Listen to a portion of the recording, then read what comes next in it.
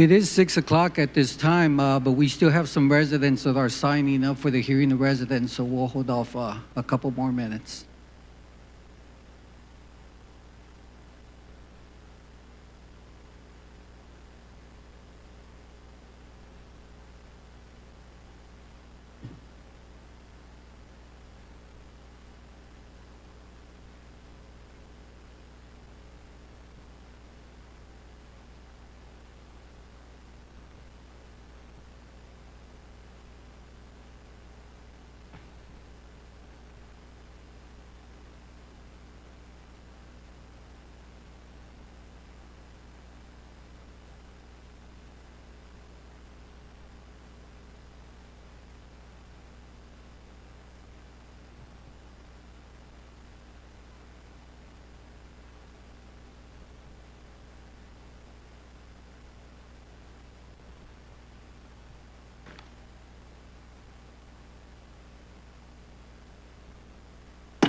All right, the time is 6 p.m. Our regular city council meeting for July 18, 2023 is now in session. First on the agenda, I will lead us with the opening prayer and the pledges of allegiance to the flags of the United States and the state of Texas. Please rise.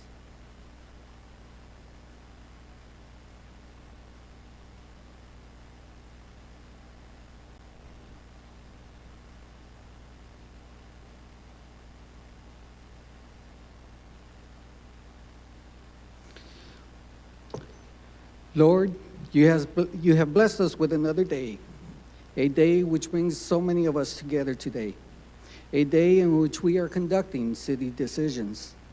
May you provide us with wisdom and guide us through today and sprinkle us with your blessings and sprinkle us with a little bit of rain. In your name, amen. Amen.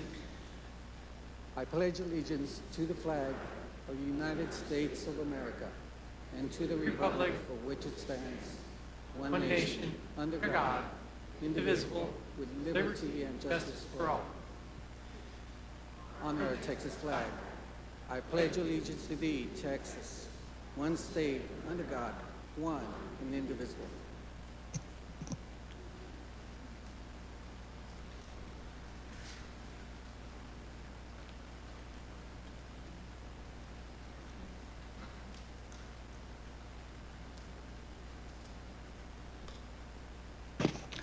All right, first on the agenda, we have employee recognitions and milestone pins. Mr. Williams.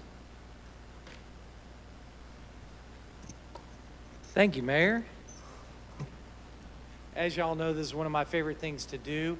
These tenure pins that we give out in the council meetings are for 15 years and above, and that shows a commitment to our organization, as well as a commitment to their craft as individuals and to our team.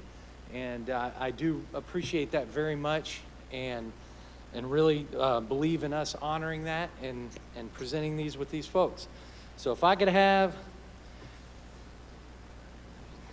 scroll through. Daniel Pequeno, come on up.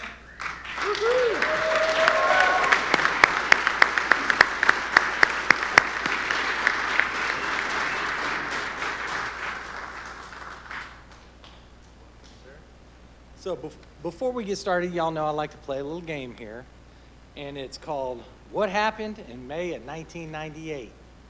So the number one song was Too Close by Next. Familiar with that one? All right. The last episode of Seinfeld aired. Ted Kaczynski, a.k.a. the Unabomber, was convicted and sentenced to 30 years, 4 life sentences plus 30 years. But more importantly, the city of Schertz hired Daniel Pequeno.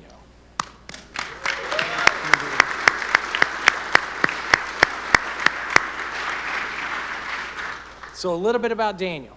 So he was hired in May of 1998, like I said. He was in the water department for 9 years, and then was recruited to start the drainage division by Kevin Anderson, and is now a drainage worker too. He was born in New Braunfels, lived in Schertz his whole life, went to Schertz Elementary, Dobie Middle School, Corbett Junior High, and Samuel Clements High School. Go Bucks. Been married for 25 years to Amanda. They have 2 daughters, Nikki Pequeno Alves, who's 24 years old and is married and lives in Wichita Falls, and Trinity Pequeño, who is 21 years old and lives in Georgia with her boyfriend. Daniel loves barbecuing, spending time with his family, classic cars, of which he has quite a few, has had quite a few over the years, and playing games online with his daughters. Congratulations, sir.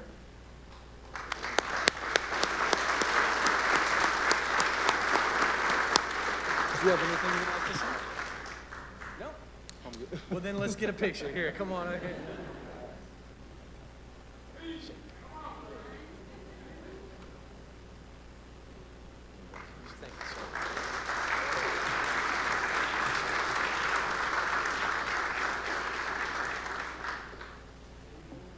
Ooh. Okay, our next one, Kirk Timke. Come on up.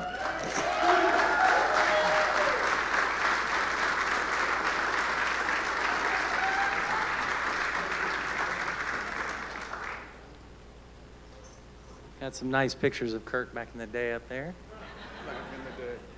What's going on? So the number one song, and I know this was Kirk's favorite back in the day, in June of 1988 was One More Try by George Michael. No? Don't even remember it. Don't remember it. The price of a gallon of gas was 90 cents. Yeah. Steve Williams graduated from Richardson High School. Nice. But more importantly, Nice. the city of Schertz hired Kirk.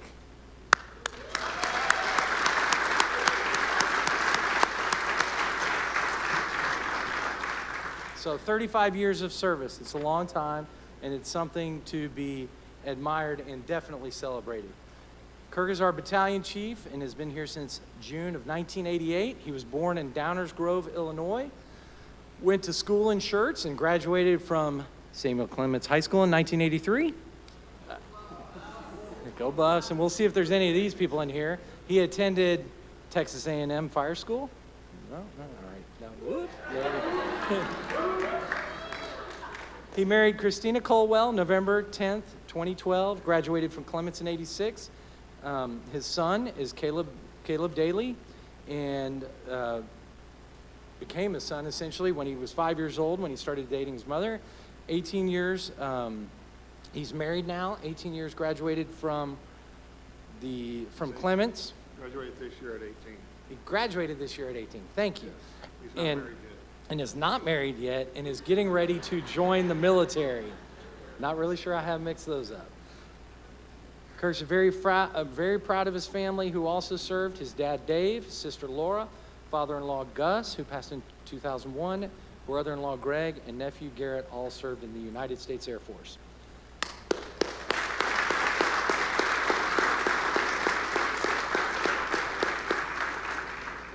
Also of note, Kirk restored Schertz's first fire truck, which is a 1956 Ford, and it's a very neat vehicle.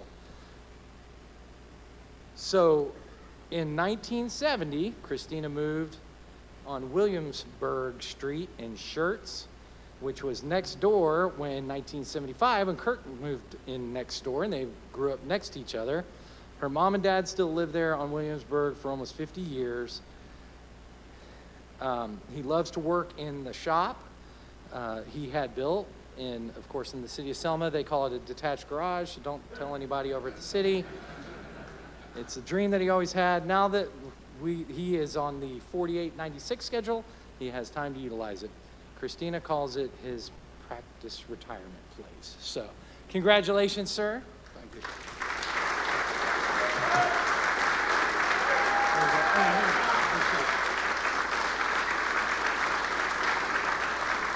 Appreciate it, man.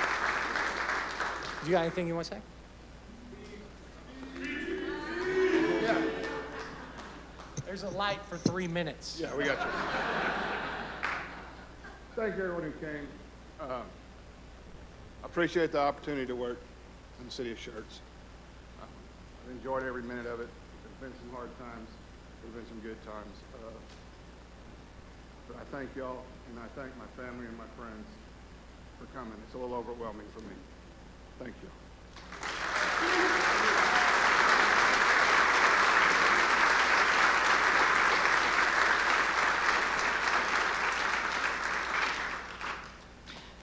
Next, we have announcements of upcoming events. Mr. James.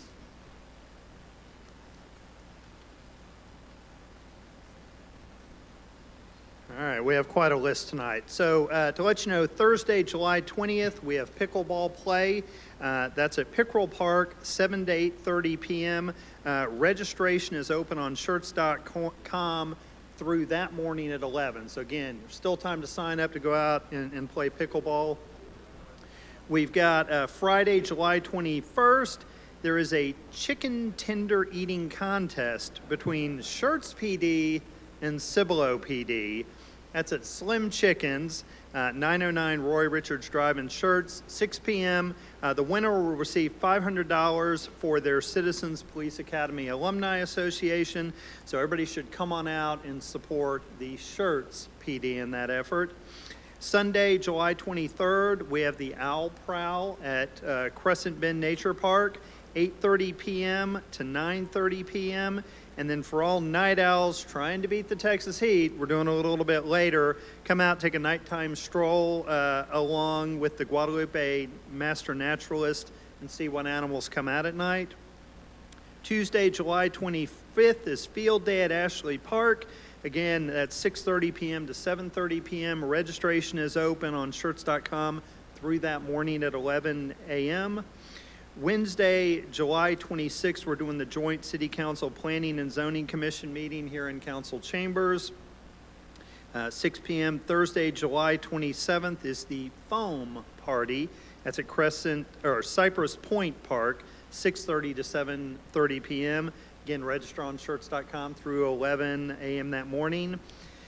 Keeps going here. Friday, July 28th, Movie in the Park, Lightyear. That's at Wendy Swan Memorial Park, 7 to 8:30 p.m. Saturday, the 29th, we have mini golf at the library, 10 a.m. to 4 p.m. The library will turn into an indoor 18-hole mini golf course. Admission is free, and the library will be closed that day for this event, so folks should come out. Monday, January 31st, not January 31st, July 31st. It's a long way off. It's not been that delayed, but July 31st, the Windy Swan Splash Pad grand opening. That's 6 p.m. to 7 p.m. And that closes out Parks Month. We're back here for council on August 1st for our next council meeting. And then lastly, election information. Filing for Schertz City Council in the November 7, 2023 general election begins on July 22nd. City of Schertz will be holding its general election on November 7, 2023 for the purpose of electing council members in places 3, 4, and 5 for 3-year terms. That's November 2023 to November 2026. Filing ends Monday, August 31st, 2023 at 5 p.m. Completed applications with filing fees will be accepted by the City Secretary's Office from 8 a.m. to 5 p.m. Monday through Friday, July 24th to August 21st. And a candidate pack-up is available in the City Secretary's Office here at the Howell Baldwin Municipal Complex, 1400 Schertz Parkway, Building 2, or online. And should you have any questions, contact the City Secretary's Office at 210-619-1030. Thank you, Mr. James. All right, announcements and recognitions by our city manager, Mr. Williams. Thank you, Mayor. Just a couple of announcements.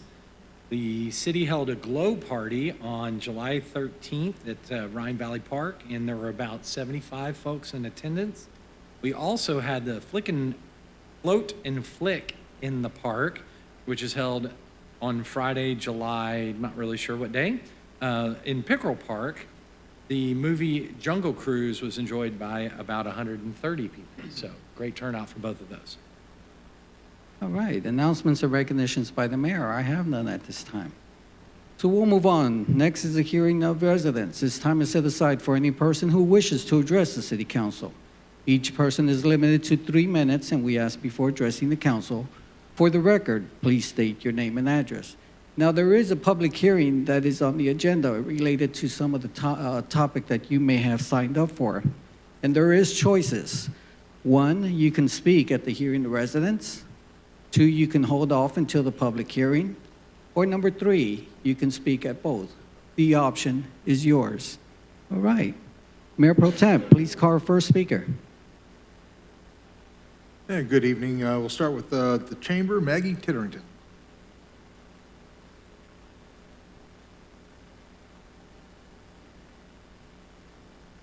Good evening, Council. I feel like I'm on the same swing that Mr. James is we have 20 events coming up in the next 6 weeks, and that is just crazy.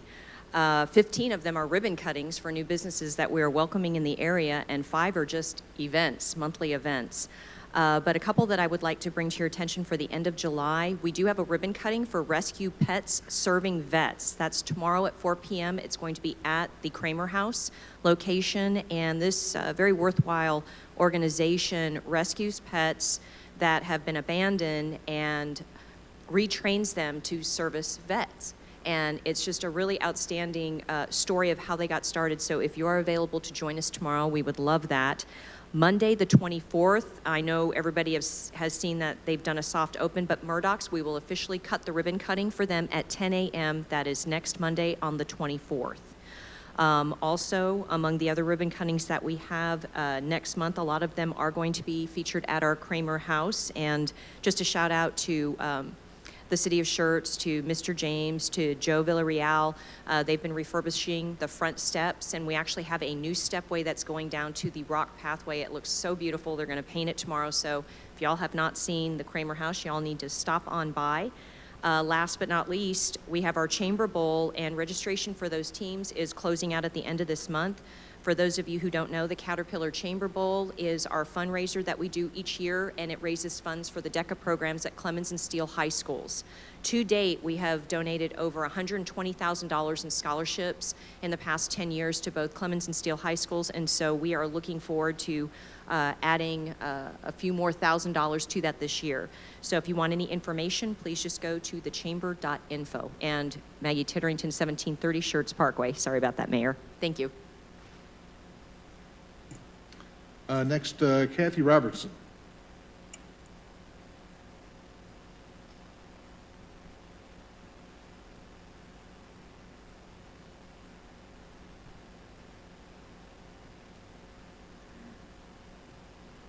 My name is Kathy Robertson, and I live at 6121 Port Chester here in Schertz. Excuse me, could you put the mic closer to so we can hear you? There we go. Thank you. My teacher voice would come out. I'm opposed to project PLP DD2023-0093 for many reasons. First, the City of Schertz has UDC rules on the books to protect the integrity of the city's property. If a developer comes in and asks to change most of these rules, it's a sure sign that the development is not appropriate for this area. Second, the job of a city council member is to protect the citizens of this city by not allowing projects to move forward that would be detrimental to the surrounding land and environment. The citizens of Schertz elected you to do what's best for our neighborhoods. Please listen to what we want as citizens of this area. There is a lot of land available elsewhere to build these duplexes on. This proposed project has been wrong from the very beginning, like trying to put a square peg into a round pole. It does not belong here. Thank you very much.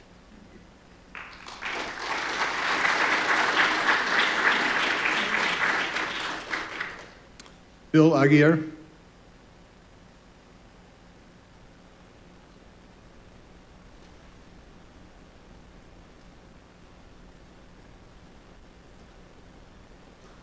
Good evening. I've never done this before, so bear with me. My name's Philip Aguirre. I live at 2521 Knollwood, and I'm against this development over here off of the Country Club and 35. And I know something has to go up there. I'm not saying nothing should go up there. I just not to this duplex or anything else past that. I'd like to see single families, and when you bring that up, they say, well, they've invested too much money into it. It wouldn't be worth their while. Well, they should have had a meeting prior to purchasing the land, is what I see. I love the community. We own our home there. I plan on staying there. But I just don't want to see duplexes or 800 apartments going up there. I don't think that's the right place for it.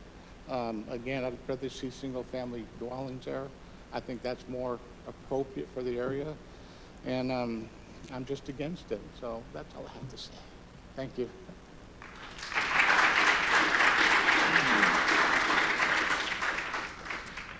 Mr. Housen Lau.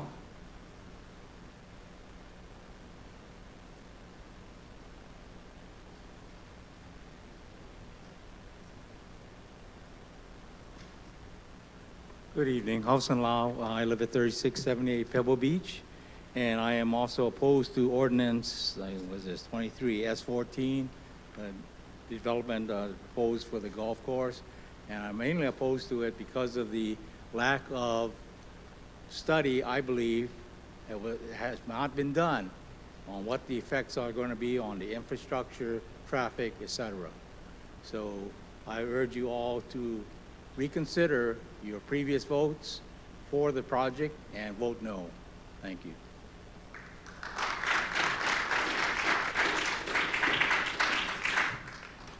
Cade Jackson.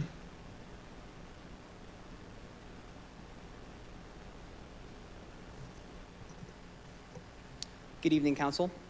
My name is Cade Jackson, and I reside at 3410 Wimbledon Drive. I will be a senior at Steele High School next year. I have many hobbies, one of which is bird watching. I've come here tonight to speak on the discovery of the chimney swift on the land of proposed development, pictured figure C of your handout. This species is marked by the U.S. Fish and Wildlife Service as a bird of conservation concern, or BCC, range-wide, meaning that the bird is protected across the entirety of its natural range across the continental United States and Alaska. I've been bird watching in the area daily since mid-March, and these birds began appearing in the last week of that month as per figure B, my personal findings. They are currently extremely common throughout the entirety of Northcliffe, and I have proof of their presence. These birds are possibly nesting on and around this land, and according to the Nationwide Standard Conservation Measures, Section 3, development must be conducted in accordance with what is outlined in that document. I've also discovered the Canada warbler and little blue heron, pictured figures D and E, on the property in question, and they are protected under the same status as the chimney swift. The warbler is primarily present during spring and fall migration, so the project will not impact them as much, but the heron is present during the same time frame as the chimney swift. A quick use of the Information for Planning and Consultation, IPAC tool, yields the possibility of many more at-risk species, including the tricolored bat and the monarch butterfly. Again, development must be conducted in accordance with the nationwide standard conservation measures. In the interest of brevity, I'll paraphrase some of the measures that must be taken. Vegetation removal and land modification must be conducted outside the species breeding season, from section 3.3.1. Surveys must be conducted no more than 5 days prior to development to determine if nests are present, and if so, development must not occur, section 3.1.2. Construction activities must be limited to the time between dawn and dusk, section 3.3.1. Bright white light must not be used, section 3.3.5. Entrapment hazards must be minimized, section 3.5.1. And noise should be kept below ambient levels during breeding season, section 3.6.1. There are many more measures that must be taken. This is just an overview. I mentioned earlier that project development must not occur during the species breeding season. Figure A of the handout, provided by the U.S. Fish and Wildlife Service, lists the chimney swift's breeding season as March through August. Development can only occur outside of that window at the risk of illegally disturbing nesting sites, unless surveys are conducted to prove otherwise. Should this development pass, environmental surveys must be conducted to ensure that all species are appropriately protected, lest federal fines come into play. Due to the high volume of birds, the golf course has been recognized internationally as a birding hotspot on eBird, and I have evidence of the presence of at least 120 more bird species protected under the Migratory Bird Treaty Act of 1918, listed on the second page of the handout you all received. This information is found under Title 50 of the Code of Federal Regulations. Should this development pass, I implore the developer and all affiliated entities to conduct the necessary surveys and obtain the necessary licenses before attempting to develop this land. Northcliffe has become a birdwatcher sanctuary. Please do not disregard these animals and vote in favor of development without a clear environmental action plan from the developers. Thank you for your time.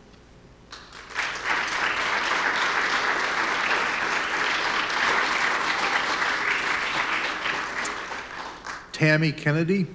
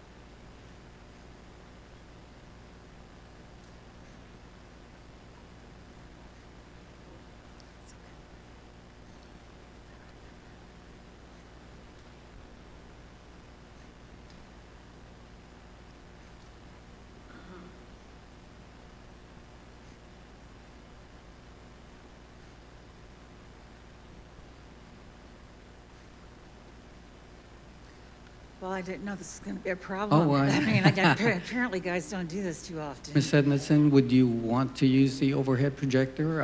Council has been provided a copy of the slides. Everybody's that are- got copies, so I can just go on. You can put that on the screen there.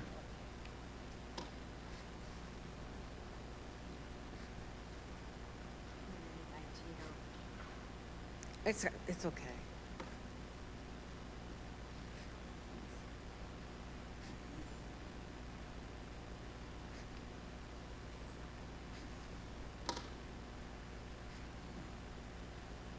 Rico. Yeah.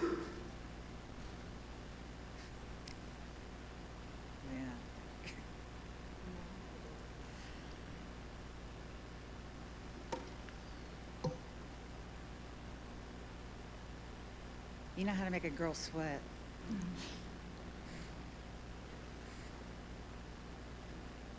Okay. All right. Good evening. My name is Tammy Kennedy, and I reside at 37 Pebble Beach. I'm here tonight to say thank you to Cade Jackson. He did a very thorough report on the chimney sweeps. He gave a similar report to the P&Z. They all looked at each other, not knowing what to do, and they pretty much said, not our problem. And then they called for a vote and passed the hobby project up to City Council. It really upset me that the P&Z did nothing with Cade's information. Was it because he was a kid, or was it because he never took wildlife into serious consideration? Seems to me they just passed the buck. The first time I attended a P&Z meeting, I asked about the wildlife and was bluntly told they will just move on. I'm here to say I'm sticking up for the wildlife on the golf course, and tonight I will give you the steps to save the birds. So who's really in charge of the wildlife in our area? I called the Texas Fish and Parks and Wildlife in San Antonio, and the game warden knew all about the chimney sweeps, and he said they were out of his jurisdiction. He told me they were protected by the Federal U.S. Parks Fishing and Wildlife Division, and said that disturbing the birds in any way holds a $50,000 fine for each and every bird they disturb. So I called the Fish and Parks and Wildlife Division, and these steps were given to me by a federal game warden who had the jurisdiction over the chimney sweeps. And because City Schertz will give the final approval for this project, I was told they're the ones that has to go out and assess the area. Hobby must contact the Federal Parks and Wildlife Commission. They must create a migration plan for the chimney sweeps. Hobby must submit this plan, and then the federal biologist will review and approve the mitigation plan. Hobby must then sign up for permits for the chimney sweep, and once the permits are approved, then Hobby can proceed by getting City Council's approval. If Hobby does not take these steps, then they have a way to go. Oh yes, I forgot. The Canada warbler is also federally protected, just like the chimney sweep. They have the same rules apply. Plus, Cade gave you over 100 birds that are on the North Cliff area that are protected, meaning 100 permits per species have to be submitted by Hobby. Tanner Fullerman, U.S. federal game warden, was very happy, and he said this situation is not criminal yet, but it could be soon It could be soon if proper steps are not taken. Cade gave you the list of protected birds, and he has the proof that they are on the golf course. Common birds like the blue jay, cardinal, and more. The birds and the wildlife need a voice. Cade and I are here tonight to give them one. I hope this time someone listens to this young, bright, avid bird watcher and what he presented. Take Cade with you when you do your assessments, and he can show you where the protected birds are. Honestly, I could just sit on my back porch and see a lot of them. I ask you respectfully not to approve the hobby project tonight because there's a lot of work that still has to be done and a lot of birds that have to be saved. Thank you. Thank you. I'm sorry. Did we get her address? I wasn't listening. Did we get your address? 3712 Pebble Beach. 3712 Pebble Beach. Thank you. Carol Davis.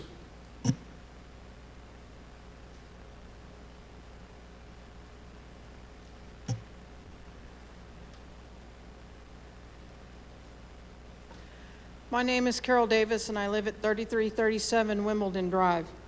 In March of 2023, I submitted a Freedom of Information Act according to the 1967 federal statute, asking for information from the city of Schertz. That information was denied and sent to the Attorney General. On June 22nd, 2023, the Texas State Attorney General ruled in my favor, and still to this day, I have not heard word from the city of Schertz.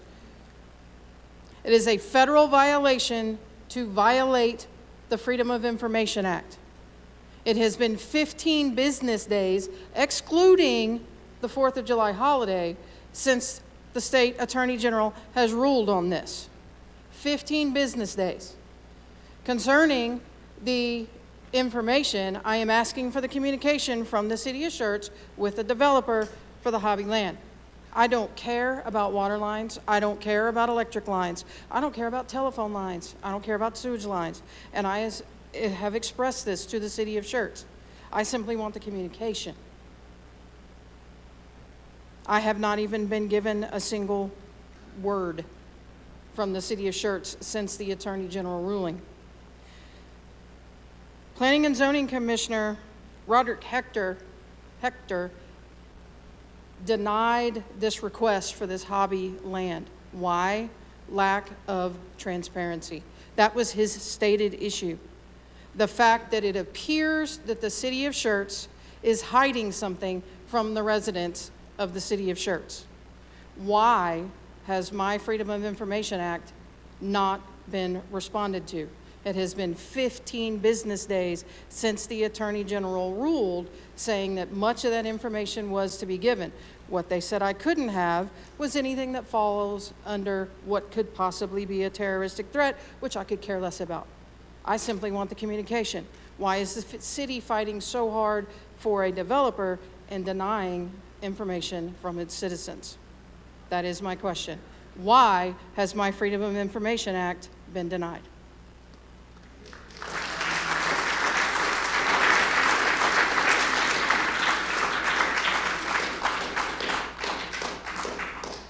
Maureen Moss. Okay, Richard Moss. Mr. Moss has been given 6 minutes. I believe he's taking his spouse's time. Thank Okay. you. All right, sir. Richard Moss, 3434 Wimbledon Drive. I want to express my concerns about the proposed zoning change ordinance number 23-S14, the Villas of Bluebonnet Ridge. The community is overwhelmingly opposed to high-density housing in this area without the infrastructure to support it. Duplexes are not the problem. The other proposals were not the problem. There is no infrastructure to support it. Abby has been quite consistent about trying to get too much out of this narrow parcel of land. I believe the current PDD is worse than the previous proposals with regards to reduced lot size and overcrowding. The previous PDDs had required lot depth of 100 feet. Abby used 87. This PDD requires a lot depth of 120 feet, and they're proposing the same 87 feet. Per the UDC, lot size is 9,000 square feet for duplexes.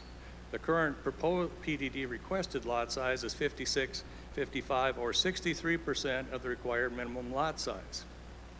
The major reason the UDC requires 9,000 square feet is to comply with UDC section 21-1-2, purpose and intent, prevent the overcrowding of land and avoid undue concentration. The current PDD authored by Habby Homes wants the lot size reduced so they can put 170 units on a property that can only support 104. Per the UDC, a variance shall not be granted to relieve a self-created or personal hardship, nor shall it be based solely on economic gain or loss, nor shall it permit any person a privilege in developing a parcel of land not permitted by this UDC. And since the beginning of this, it's been a huge they've wanted a lot more than they could get out of this project, and that's been talked about by different council members before with people that are trying to get too much out of something. This can only have 52 9,000 square foot lots. That's it, no matter how you deal with it. In this case, Habby is trying to turn a duplex subdivision into a multifamily project by reducing the lot size and using zero side setbacks. In my opinion, the reason for this is greed. Habby is concerned with its own economic gain at the expense of the safety of the surrounding community by overcrowding the streets with traffic and providing no actual recreation areas for teenagers.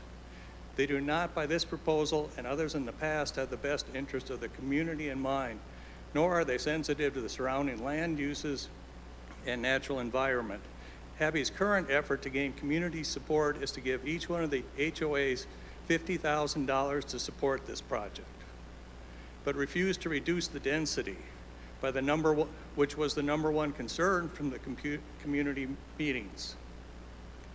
Planned Development District. A PDD should not be used to deviate from the provisions of the UDC. And if you are going to use a PDD, it should demonstrate community benefits, and that should be part of the PDD. That has never been part of the PDD. This is the community benefit statement from Ordinance 23-S-14. It is the city's desire to promote safe, orderly, efficient development and ensure compliance with the city's vision of future growth. This project does not benefit the community. It is a gated community, meaning it is private. The rest of the community is excluded from the amenities of this project. Also, there is nothing safe or orderly about adding more traffic to an area that is already very well documented with traffic problems. And how do you add another 100 teenagers into this area when there is absolutely no public parks, no public recreation, nothing in this area?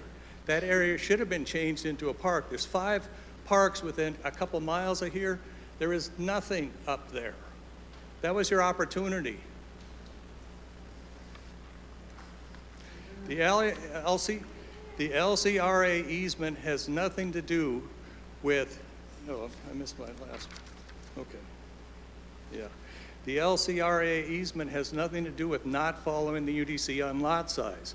Just because you have an easement over here and the city's going to get use of that, that doesn't mean you don't have to follow the rest of the things in the UDC. I'm strongly opposed to this PDD in its current form. There is no reason provided in this PDD why a variance to lot size is a benefit to the community. The project should fit the current UDC-based zoning requirements unless there is a demonstrated benefit to the community for the variance. As it stands now, I ask that you vote no on this ordinance. If you wanted to amend the ordinance to eliminate the lot width and side setback variances, that would eliminate about 8 lots and increase the lot size to 6,525 square feet. It would go from 63% to 73% of the required minimum lot size. It would also show that you are taking the residents' concern about density seriously. That would leave 3 variances, 1 for lot size, 1 for lot depth, and gated community.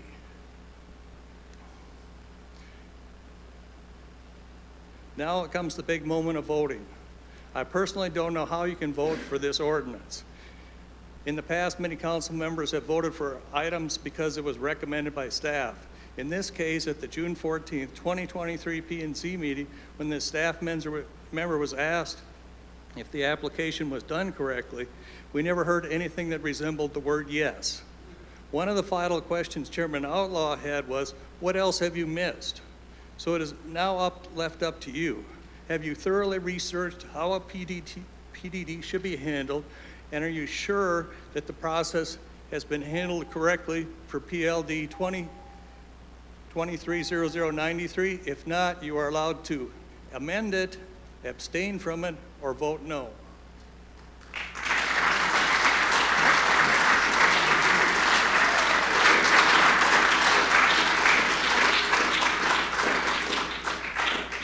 Othan Warner.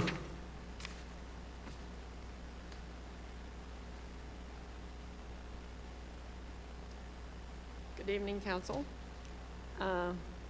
July 12th, I sent each of you an email with pictures attached of what I look at every single day out my backyard. 3-foot-high weeds on the Haby property. Mr. Scaglioli had the courtesy to reply. No one else did. My question still has not been answered. Why are they not being held accountable to maintain that property and mow it? They did come out Saturday and mowed the easement. They have not touched the rest of the 24 acres. So we have snakes, rats, armadillos, and skunks because the property is not being maintained. Now, you would not allow an individual citizen to get away with that. So why is the developer getting away with it? I would like an answer to my question. What's going to be done and when? Thank you. Ma'am, hold on a second. Mr. Mayor, I did send the pictures over to the city manager for review, and I believe he did take action on that parcel of land. Yes, in fact, we have all been copied on those photos and the action that was taken. What is the action? It meets the required mowing distance from the property line and from the roadway. It meets the ordinance. So they don't have to mow the 24 acres? Correct. Well, the previous owner, Schertz, was coming out and mowing it and billing them. So what changed? I don't believe the city. No, I don't think the city has taken any action to mow the whole place. It was done by the citizens of the No, area. not that side, the other side, but not this side. Okay. All right. We have no riding mowers.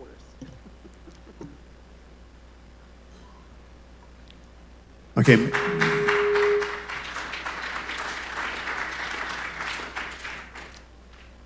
Kathy Ledoux.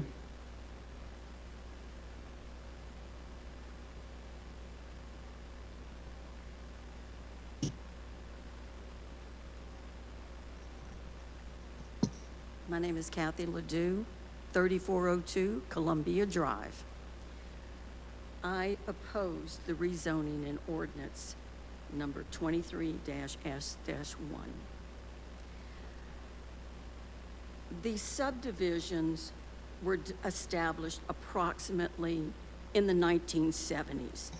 The developers then did their due diligence with the intent to establish a welcoming community with green space for single-family homes. According to the UDC,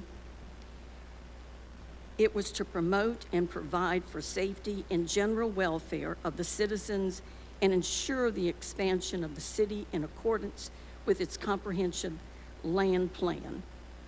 The lot sizes do not follow the comprehensive plan that are being proposed. It doesn't prevent the overcrowding, it promotes crowding by reducing lot sizes and doesn't assure the adequacy of drainage. We began this process looking for affordable housing to returning college students and new hires for the new HEB and future commercial development.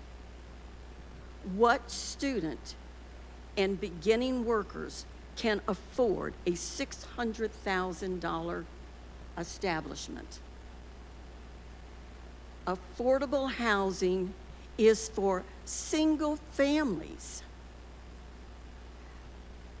I ask the council members to please oppose this development.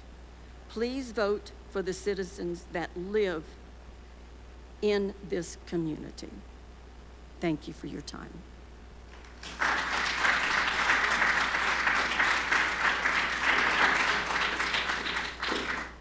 Mary Salvatierra.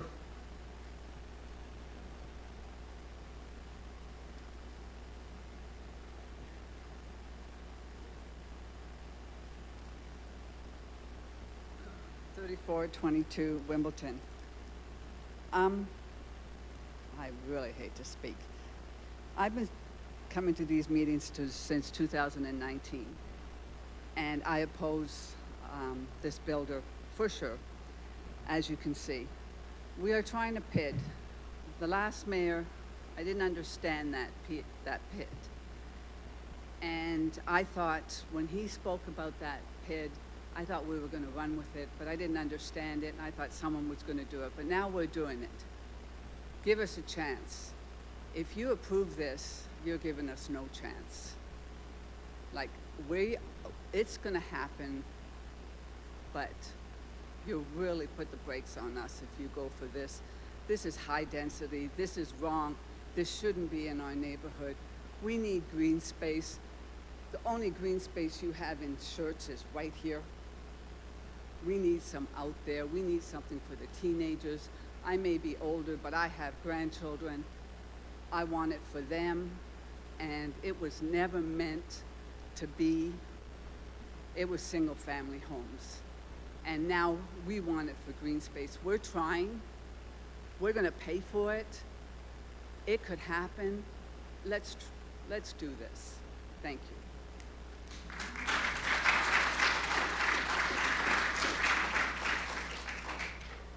And City Secretary's office got presentations? All right, our city secretary, 17 emails were received by our city secretary's office. And in full transparency, each council member was given a copy of each of these emails. Now, none of the 17 emails requested that they be read during the hearing of residents. Given that each email, however, was opposed to this development, rather than ignore these emails, I have instructed our city secretary will provide us the names of each of these emails, the authors of the names. Unless there's council wishes to express any opposition, we'll just read the names out.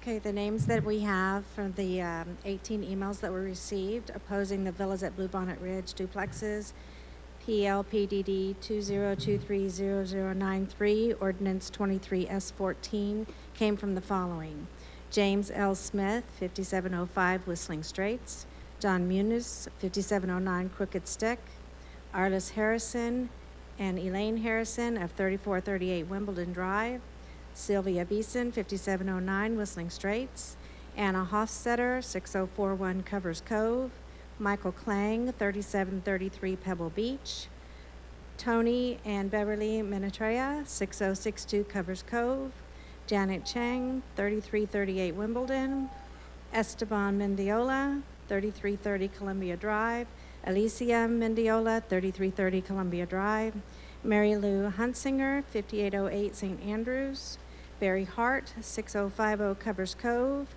Steve Smart, 6086 Covers Cove; Kathy Ledoux, 3402 Columbia Drive; Trey and Chesney Woods of 5804 St. Andrews.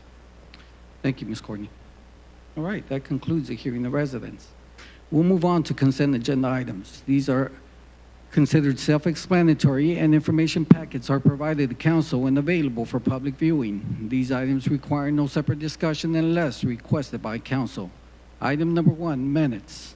Item number 2, appointments, reappointments, and resignations of boards, commissions, and committees. Item number 3, resolution number 23R64. Item number 4, resolution number 23R61. Item number 5, resolution number 23R57. Item number 6, resolution number 23R58. Item number 7, resolution number 23R59.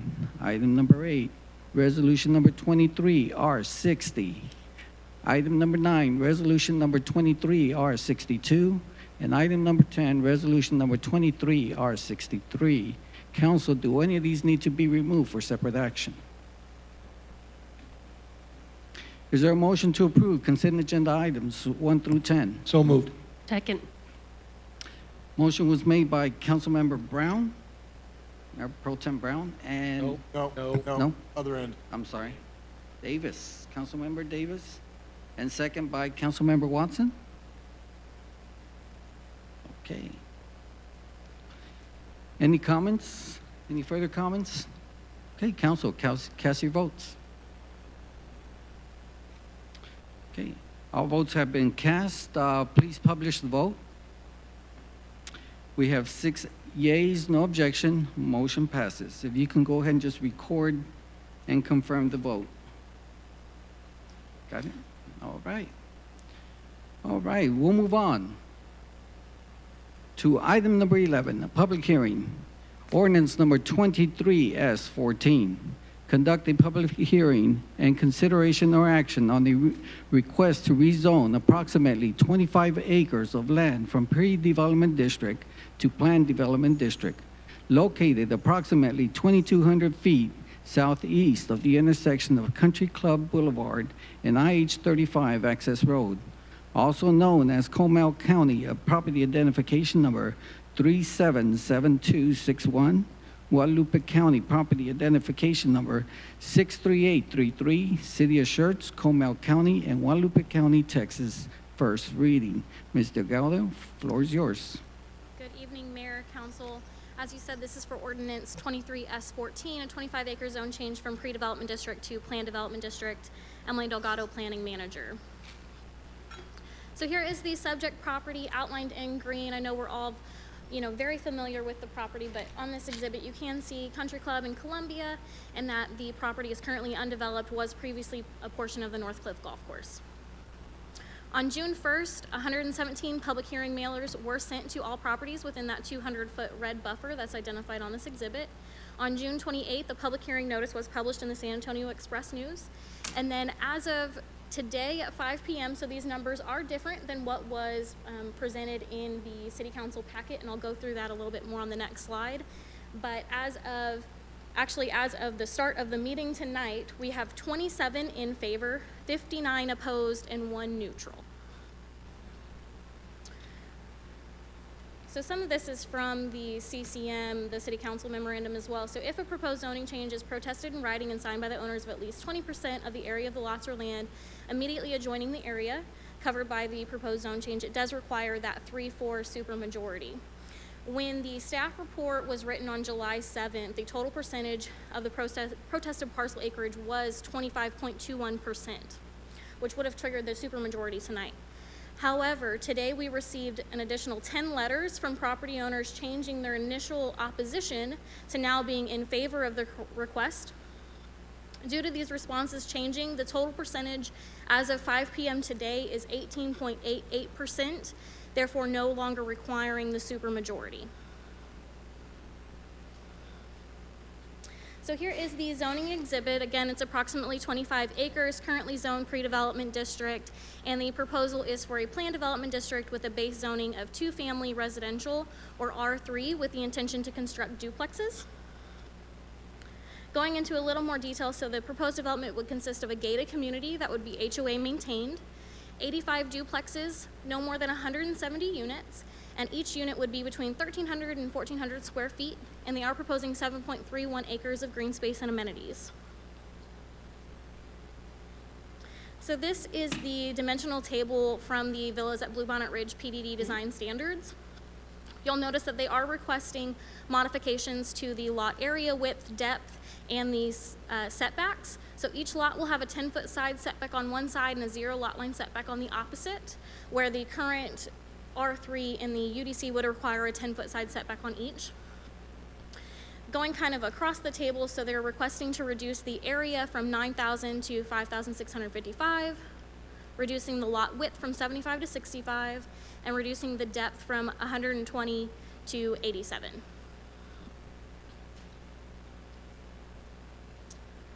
So this is a preliminary conceptual plan of the parks and amenities. So as I mentioned, it's 7.31 acres of green space to include a pavilion, playground, a concrete walking path, a mail center with covered pavilion, a 0.56 acre fenced in private dog park, a 1.95 acre private picnic trail community garden area, and then 4.01 acres of public walking trail contingent on LCRA approval to develop within the easement, and that is identified kind of by that green swath there, identified by number 6. So within the Villas at Bluebonnet Ridge PDD design standards, there's a section specifically included in relation to firewalls due to the reduced side yard setbacks that are being requested. So each duplex within the villas at Bluebonnet Ridge will require all AC condensers to be in the rear yard, and exterior sidewalls will be at least a minimum of a 1-hour fire rating. No structures, including sheds, will be permitted within the side yard setbacks, and additionally, fencing shall be in line with the rear wall of the home. The fire rating shall extend the full length of both sidewalls and include any projections. This was included based off of discussions with our fire department to ensure additional safety measures due to the requested reduced side yard setbacks. There wouldn't be those projections, there would be the minimum of the 1-hour fire rating, no projections in terms of the AC units, sheds, anything like that in between the side yards.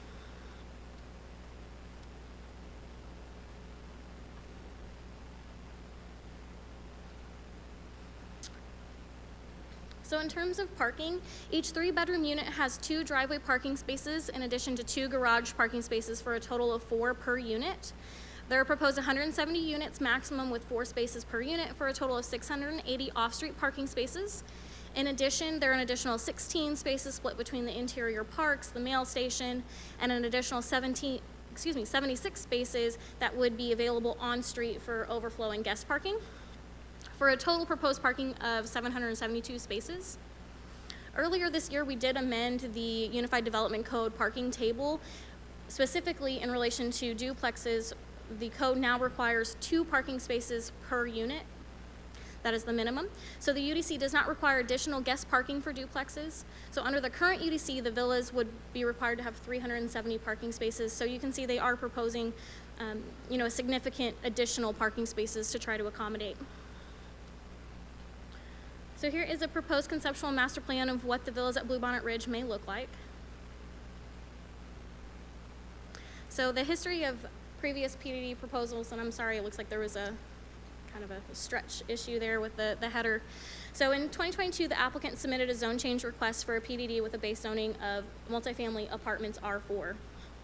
That original proposal was for 220 units to be developed as 4plexes. Ultimately, that application was denied because they were unable to obtain the supermajority that would be needed. Then in January of this year and February at City Council, a new proposal was presented for a PDD with a base zoning of townhome district. That was for a maximum of 51 buildings with no more than 198 units. Ultimately, again, that application was denied because the supermajority was not obtained. So kind of breaking down the first proposal versus the second, and then the current proposal tonight. The current proposal does have a maximum of 170 units, which is the least amount of units that's been proposed out of the 3. Additionally, it is a different product type. The first was for 4plexes, the second was for that townhome product, and then tonight's proposal is for duplexes. So it's a change in the product type and then a decreased maximum number of units.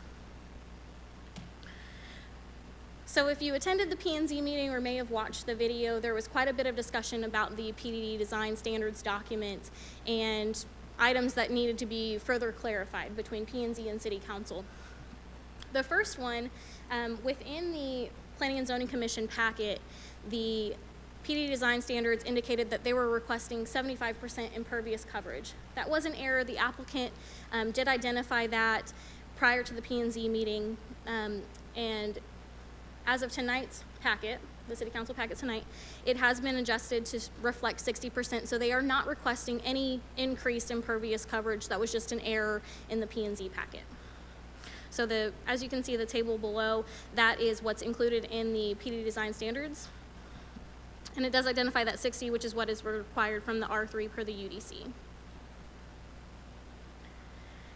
The next change is in relation to Article 8, Section 2181B1, which stipulates that a gated community is required to be 75 acres. It was not explicitly clear, even though the villas at Bluebonnet Ridge PDD did identify that it was going to be a gated community, it did not reference back to that UDC section. So to add that clarity between P&Z and City Council, this section was added. So that first sentence, City of Schertz UDC Article 8, Section 2181B1 stipulates that a gated community shall be a minimum of 75 acres.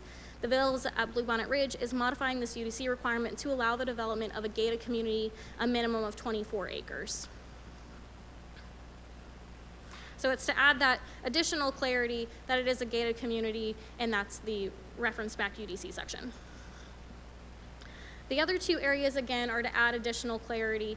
So the first modification is within the header 2 family residential district, where the first sentence was modified to make it clear that the intent is to develop in accordance with the 2 family residential district R3, but to modify the lot width, depth, lot area, and setbacks, where it wasn't previously clear in that text.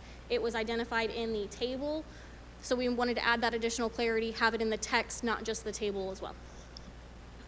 The other change on this screen is within that site design standards. Again, with the exception of lot sizes, lot area setbacks, and gated community minimum acreage, the proposed development conforms to the UDC for orderly and unified development. So again, it's just trying to add that additional clarity that they're requesting modifications for lot size, lot area setbacks, and the gated community minimum acreage. So the Schertz sector plan identifies the subject property as single-family residential, which encourages a mixture of residential housing types. The 2-family residential base zoning within this PDD would allow for a duplex, which would provide a housing type that's not currently in the area. Additionally, the change to duplex is in line with the discussion that occurred at previous city council meetings and the reduction of the overall density from the previously proposed zone change requests. The current proposal additionally accommodates the dedication and construction of the walking trail within the overhead electrical easement contingent on LCRA approval, which has been discussed and desired at previous city council meetings. So the Planning and Zoning Commission met on June 14th and voted to recommend that City Council approve the proposed zone change with corrections to the PDD design standards in relation to the impervious coverage and the UDC acreage requirement, and that was with a 5-to-1 vote. The PDD design standards that were included within the City Council packet and the ordinance do reflect those changes identified by the Planning and Zoning Commission. The Planning Division, Engineering Department, Public Works, and Fire Department all reviewed the villas at Bluebonnet Ridge with no objections, and staff is recommending approval of the proposed zone change to PDD as presented tonight. Thank you, Ms. Delgado. I see the applicant is here. If he'd like to say a couple words. Yes, sir. Mr. Mayor, I'll probably reserve some time for rebuttal if that's okay as well. Buck Benson. Thank you, Mr. Mayor. Appreciate that. Good evening. Buck Benson, 2000 Broadway for the applicant. I'm going to try to save some time for rebuttal, but obviously I've been here a couple times.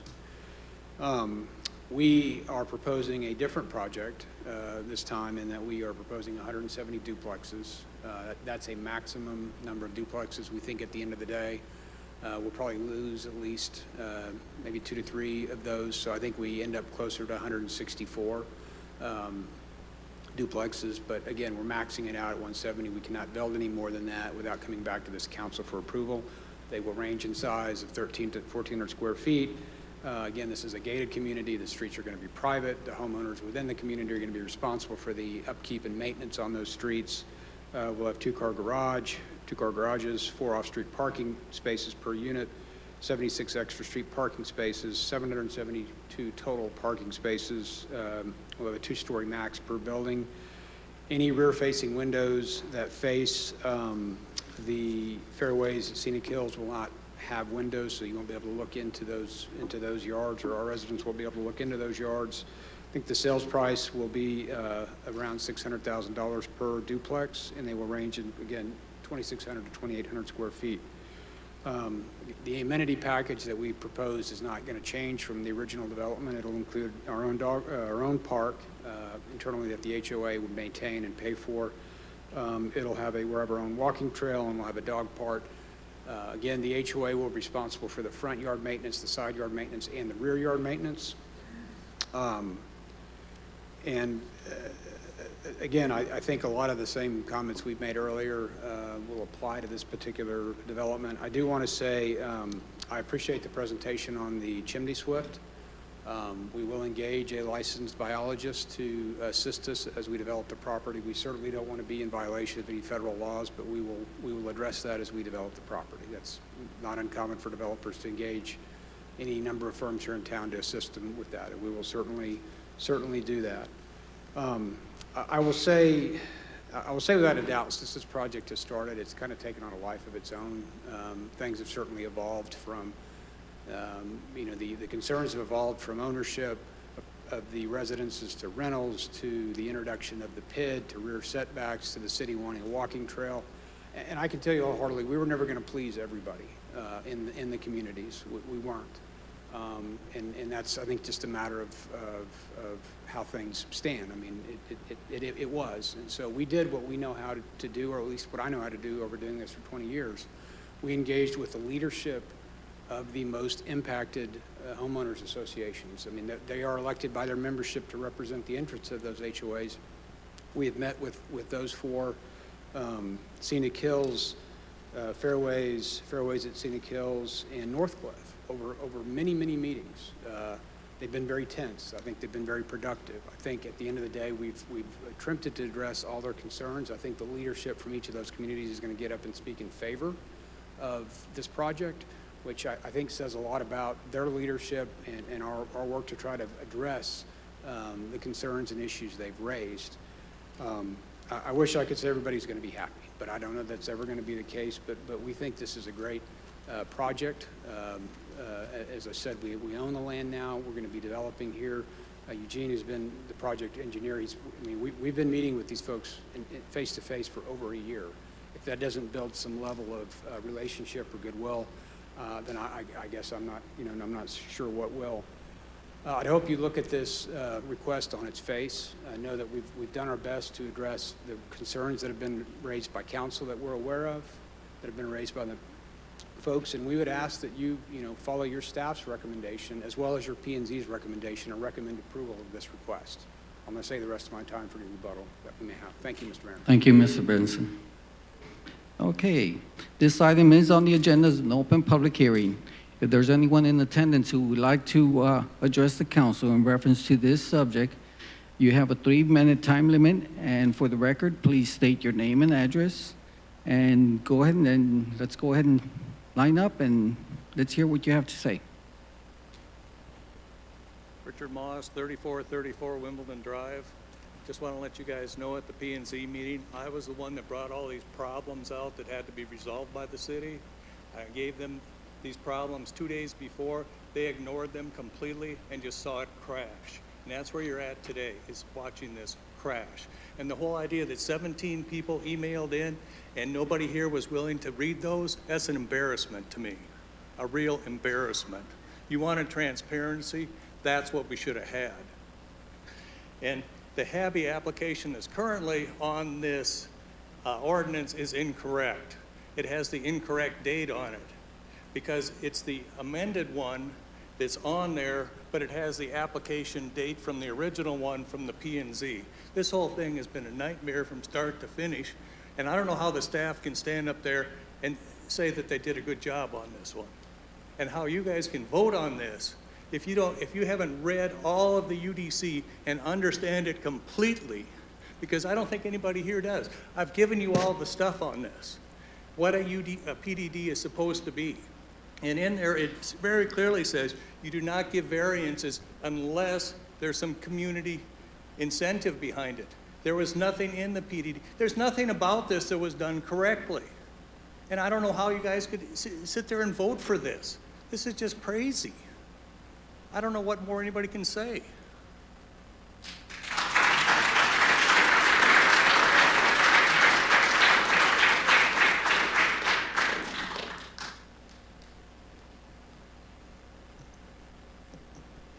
Good evening. My name is Heather Jackson. I live at 3410 Wimbledon Drive. The proposed duplex plan on part of the old Northcliff Golf Course really isn't very different from the previous proposal.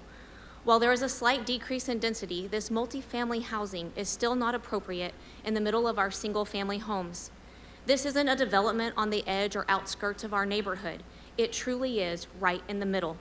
Given this, the density is still too high, and the proposed 772 parking spaces indicate a significant increase in traffic. That many additional vehicles traveling our neighborhood streets create unsafe situations for the current residents and their families. Our neighborhoods were not designed for that land to have development on it. They were planned with that being a golf course or open green space. I am also concerned with the number of modifications to the UDC the applicant has asked for. I very much understand why the PDD zoning exists. According to the city, it is in an effort to encourage and promote more creative, innovative, and imaginative land development. I think this sounds great, but I strongly believe that the UDC still needs to be followed. The city needs to set PDD guidelines. It can't just be a zoning free-for-all where anything goes.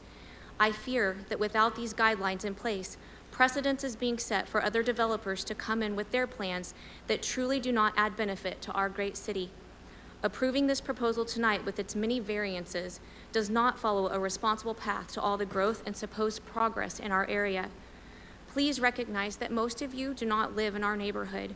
You do not see the negative impact this will have on our everyday lives. I am asking you to listen to the people, the residents that do live there. We have valid concerns and truly just want to ensure our neighborhood is a safe, enjoyable place for our families. I have been very active in the community and have kept myself educated on this project.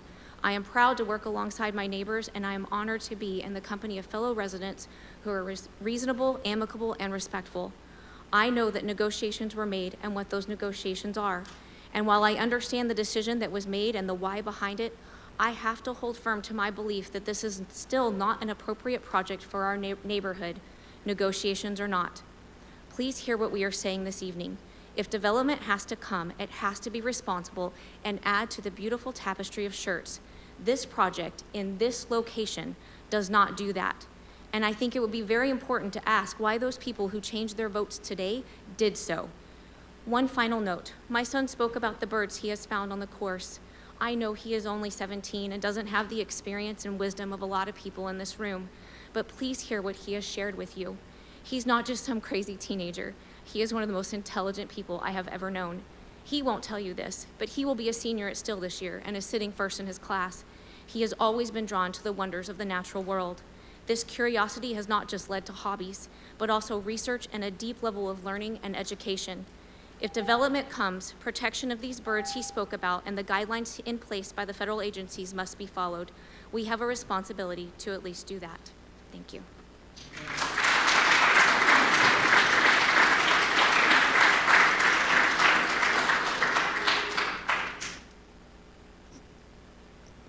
My name is Maureen Moss. I live at 3434 Wimbledon Drive.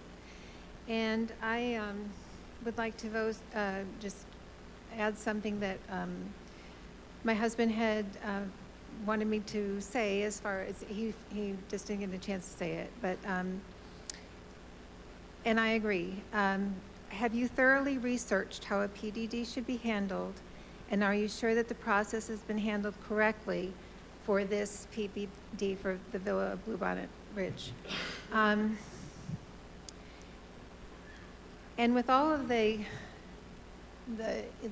things that have been brought up about the UDC, it does bring into question to me, like, who is actually answering to who? And I think that the way an applicant should be handled. What?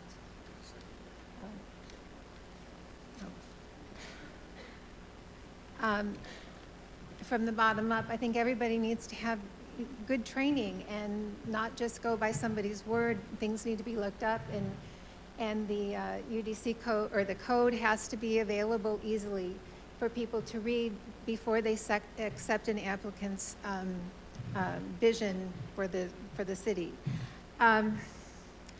Also, I mean, there's just so many things about this that have been wrong that could have been stopped a long time ago, and they've been brought up at every meeting, and it just seems like we keep getting in deeper and deeper and deeper.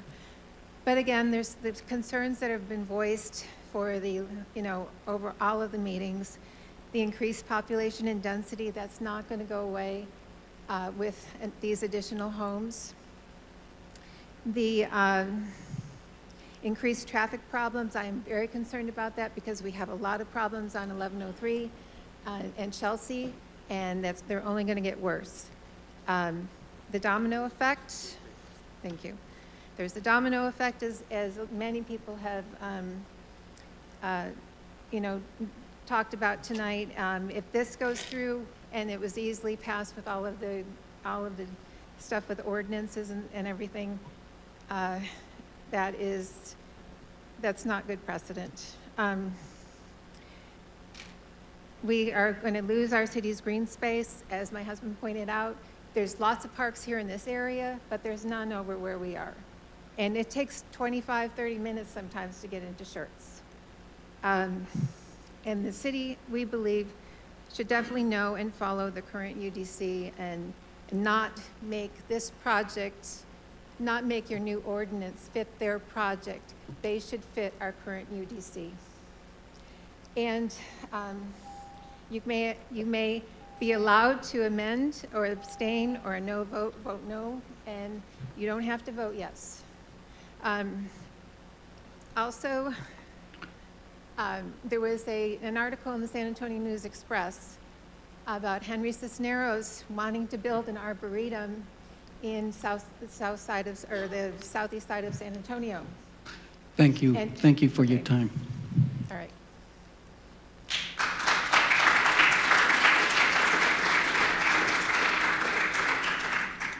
Dana Eldridge, 2628 Gallant Fox Drive, Schertz, Texas.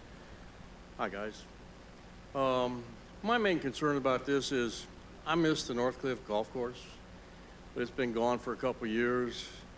I missed the 10th, 11th, and 18th holes. But it's no longer a green space. If you've been out there lately, it's yellow and brown. Right now, it's a serious fire hazard. Something needs to be done. If they want to keep it a green space, they need to do something about that.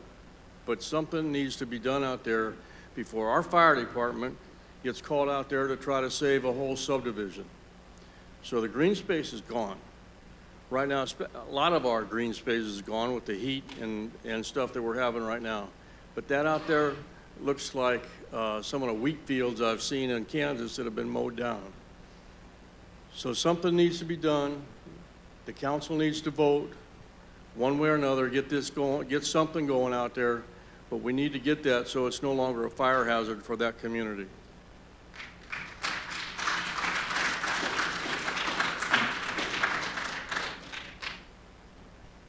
Me again, Kathy Ledoux, 3402 Columbia Drive. I was one of the citizens that submitted an email, and I would like to read what I had submitted, if that's okay with you guys. I oppose the rezoning of this new development. Our subdivisions were established for single-family homes with specific guidelines and codes to be adhered to by all developers. Any development on the open land within the residential community must adhere to the UDC. Multifamily structures are not acceptable. These guidelines were available to the developers prior to their purchase of the land. They knew what they were getting into. The city of Schertz should support the people that live in this community and follow the UDC as written. Please vote for the citizens. Thank you.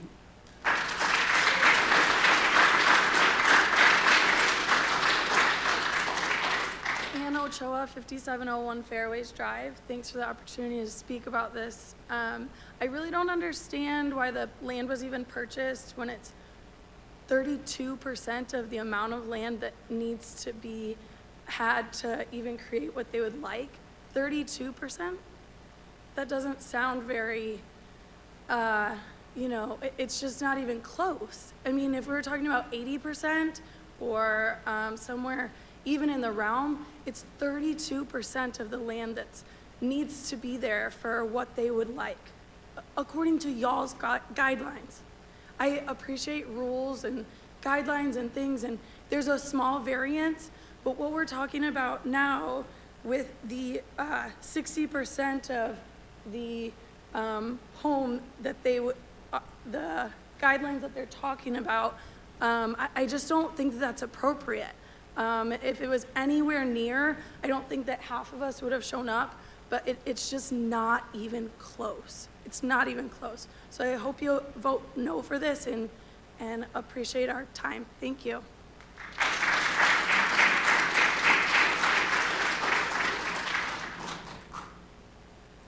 Carol Davis, 3337 Wimbledon Drive. In the spirit of transparency, federal law dictates that Hobby has to have all of the plans for the birds done before you can vote. Federal law. So I don't know why we're even here. But also in the spirit of transparency, it is really sad that this situation has turned neighbor against neighbor in my community. The fact that members of my community have sat with the developer because the developer took advantage of our 55-plus community, went to them knowing, they're the ones with the locked incomes. I bet I can get them to deal. And that's exactly what happened. And since then, it has literally turned knives in the backs in my community. Why? Because the developer wanted something, went after the most vulnerable, who we stood here in the first time to protect, and took advantage of them. Actually only took advantage of their leadership, because I still don't know that the entire community of Scenic Hills is aware of the deal that was made. It was made under the table. And for my community members, the HOA members that are sitting behind me that had to make a deal, I wouldn't want to have to be them. Why? Because they're sick to their stomachs. They're wanting to throw up because they feel like they have backstabbed the neighborhood that has fought so hard for their homes. Why is the city council encouraging neighbors fighting neighbors? Why is the city council not looking at the fact that in a publication that you got in your mailbox this week included 10 proposed multifamily units in the SCUC area, Schertz, Cibolo, Universal City? You cannot look at one of those communities without looking at the other. We are all ingrained, your kids all go to school together. And in those 10 proposed multifamily housings, there is 3,607 plus units proposed. Don't tell me that multifamily housing is not coming. There's one sitting at the corner of Riggs and Schertz Parkway that's been, or not Schertz Parkway, at Green Valley behind the Dunkin' Donuts that's been dirt for 2+ years. Hadn't even broken ground on it. Don't tell me we need multifamily housing when they won't even break ground on the one that the sign's been at that corner for 2+ years. Whether that is our city or not, it is still in our neighborhood. It is the irresponsible development that has got us to where we are with the FM 1103. It is at a dead standstill because of irresponsible development, and they don't even know what lines need to be moved. And so that construction is just parked there. And we are the ones that can't even get out onto 1103 because of the nightmare at Chelsea. Thank you. You need to vote no.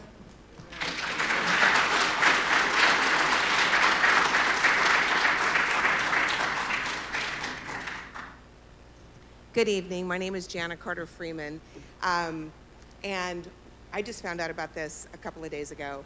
I have nothing prepared to say, but I've been sitting in the back and I've been listening. And what I would implore each and every one of you to do is to look at the faces of all of these citizens that are sitting here. My husband and I purchased our home, 6065 Covers Cove. I forgot to say my address. In 2010. We purchased it because of the beauty of the neighborhood. We purchased it because we have a green belt behind us. We purchased it because of the golf course. We purchased it because we wanted to live in this community. And everything that I'm hearing tonight is making me very tense inside.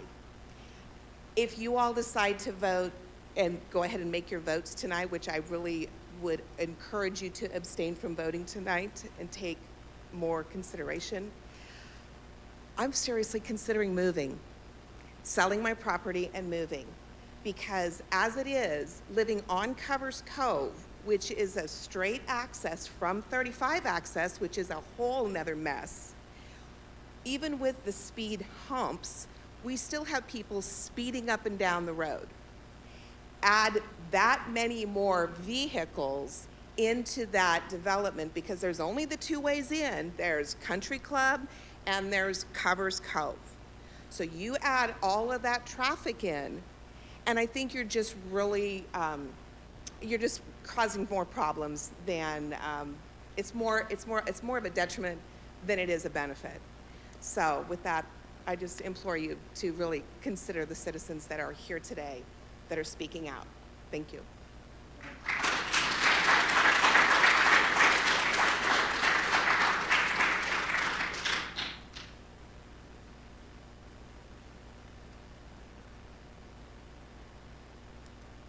Tammy Kennedy, 3712 Pebble Beach.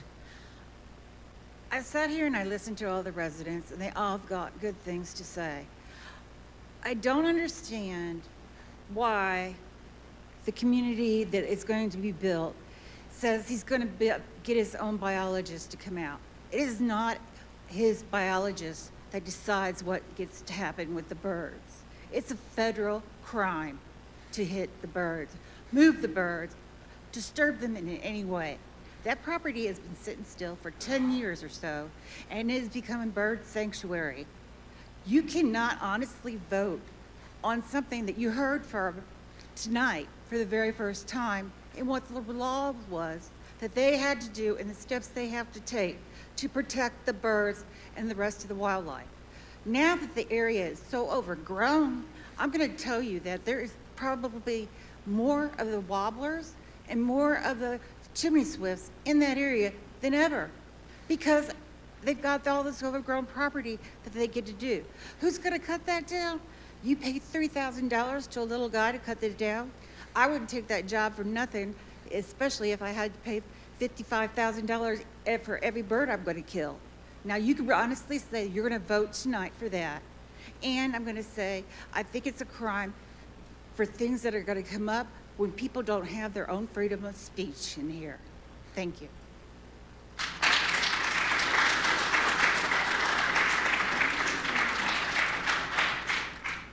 Yes, Charles Burks, 3737 Pebble Beach. I'm not an expert at any building, but I did work for Uncle Sam for 47 years, and I know that any government contract, they can go up and change as they go. Now, this is starting off with asking for a change to get started. Now, after he gets his foot in there, once he gets his foot in there and get halfway through and say, hey, I can't go any further unless I have another change. And that change can come right back to what we disapprove of tonight. And so if it needs changes to start with, it shouldn't even start.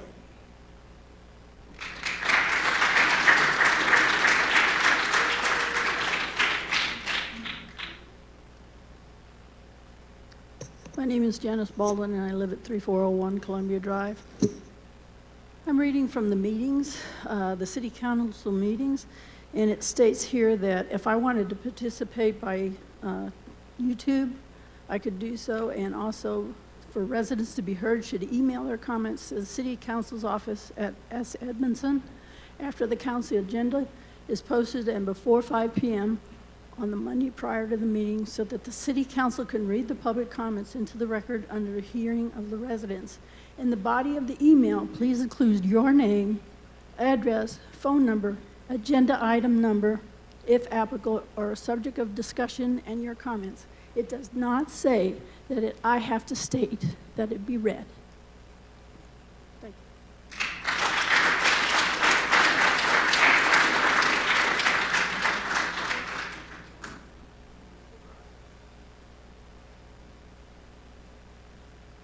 Bill Edmonds, I live at 4909 Crestwood Drive. I am the president of the Northcliffe HOA.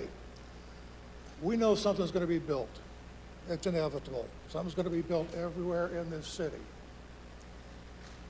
Hobby has come to us and has bent over backwards changing things to lower the density. It started out over 240 units. It's down now to a maximum of 170. They've done what they can to bring it down to alleviate some of the problems with congestion and with the density of the population. Now, somebody brought up about they came to us to sweeten the pot to give us $50,000. That didn't happen. They didn't come to us saying we want to give you $50,000. We held a community meeting of all of the HOAs. And we said, if this goes through, if it's approved, what can they do for us? We had a list of several things we wanted to do. 12-1 in that meeting voted for us to go to them and see if they could help us if we helped them. They didn't come to us to start off with. So I want to dispel that right away. The Northcliffe HOA has held a meeting, and we are in favor of the zoning change and of the plan presented by Hobby. Thank you.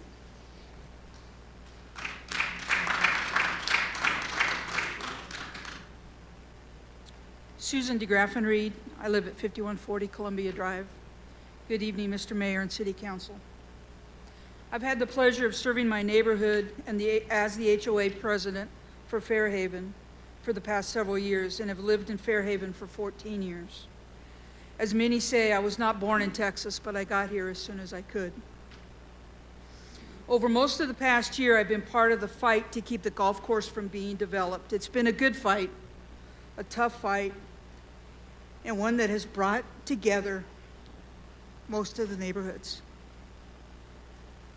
Now we know each other and care more for our neighborhoods than any other time before. We've had numerous community meetings at the Community Center in Northcliffe and at the Cibolo Valley Baptist Church. The HOA presidents of Northcliffe, Fairways, and Fairhaven have worked with our residents to do what they want. As Mr. Edmonds said, we asked them, we asked our community, they voted, we went with what they told us to do. We know something is going to be built.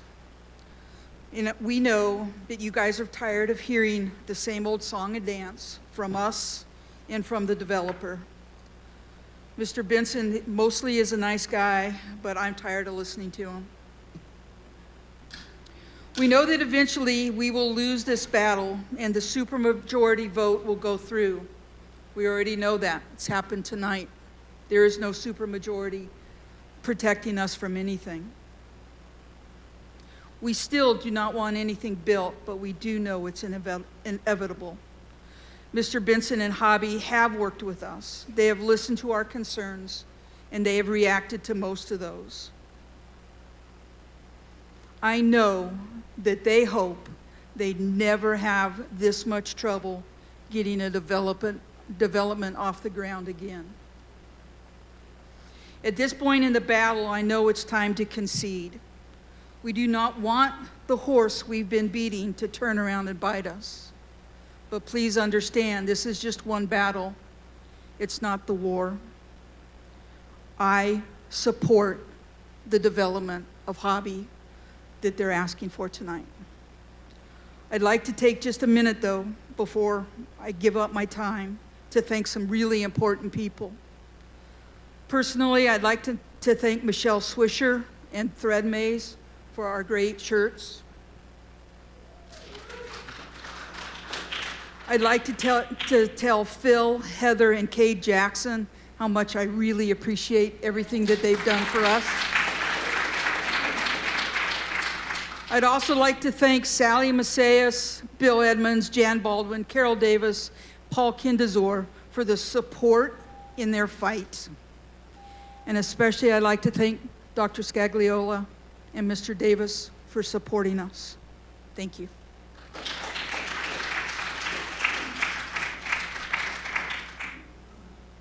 Good evening. My name is Curtis Enamosillo. I live at 3669 Pebble Beach. I have a personal belief that I have the best property in the area. I had it built in 2005, one of the first homes in that area. One of the main reasons why I bought was the golf course. As low rent as it was still a golf course. And I love looking out my back door on my porch and look out and see it in the evenings. I too agree that something's going to happen. But I would like for you all to take in consideration how the majority of us feel that we don't want this development. It just doesn't fit. Something's going to happen. I just don't want this development. I don't like the way it's been handled. I don't like some of the side bets that have been going on. I just want you to vote for us. We voted for you, and we also would like for you to vote for us. Thank you for your time.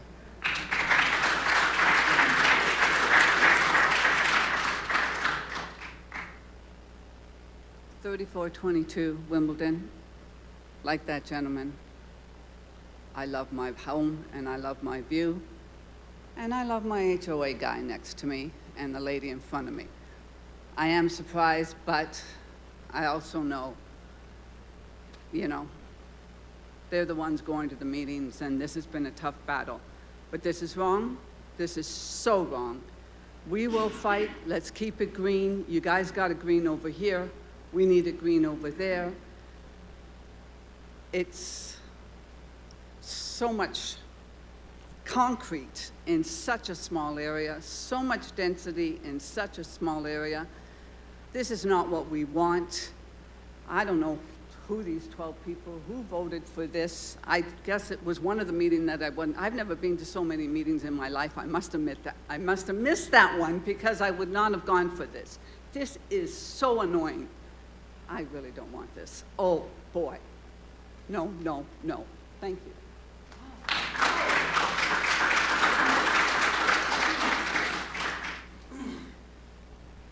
Ray Martin, 5701 Whistling Straits.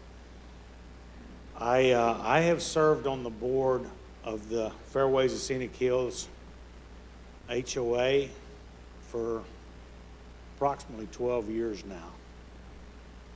I've been president for probably the last 8 of those. I don't have to drag up the fight that's gone on through all of this.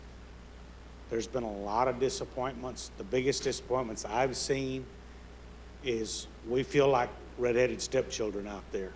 I guarantee you every council member up here, if this was being dropped in their backyard, they'd have a different outlook on things.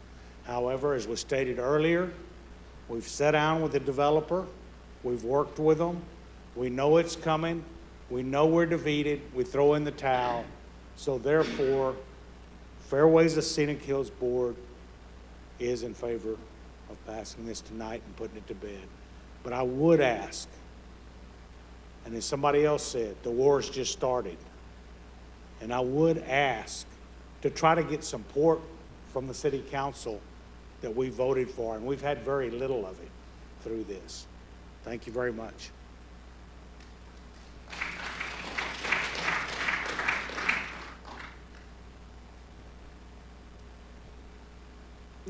J.R. Nisley, 6100 Black Butte. Mr. Mayor, City Council, City Manager, thank you for your time. I was not going to come up and say anything because I don't have it written down. I'm just the last few people who spoke prompted me of this. And I know it's probably not a big deal, but we see it in national government, we see it in state government, we see it in city government now, that the people with the money get their way. And with all due respect to whoever is for these projects, how about the rest of us who are citizens, single homeowners, trying to enjoy, hoping to have a decent place to live? So I'm just asking that you give that some consideration and vote no. Thank you for your time.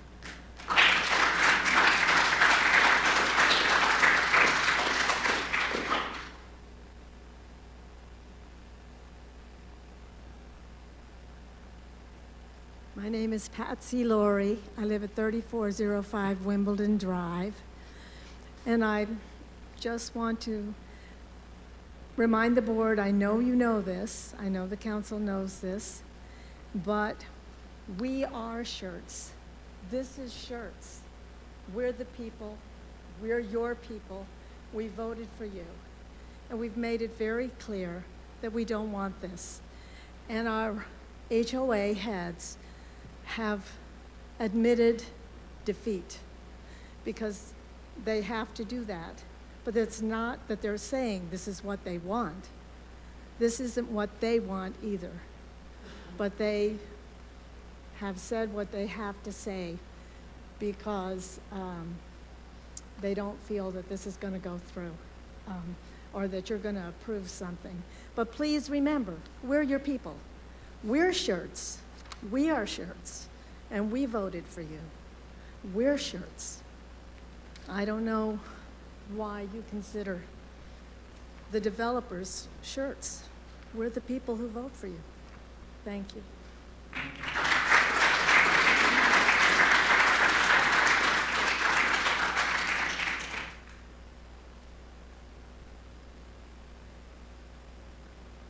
Hi, my name's Linda Rosh. It's 3509 Whisper Knoll.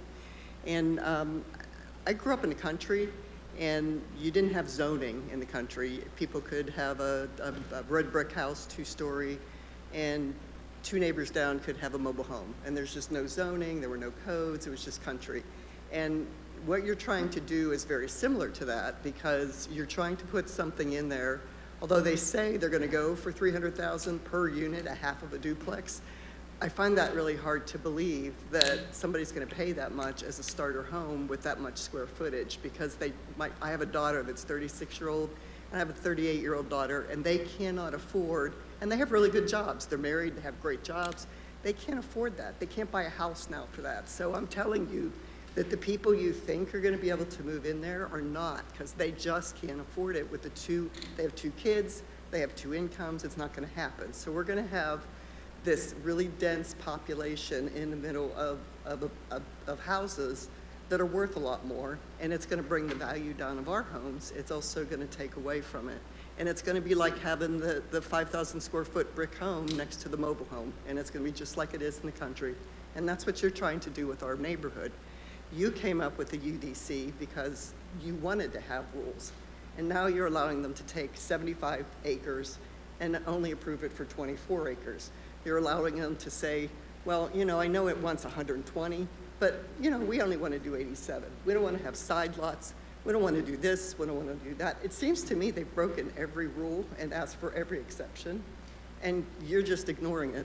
And so I don't understand why bother having a UDC? Why don't we just have mobile homes next to 5,000 square foot or $1 million mansions? I mean, why have it if you're not going to follow it?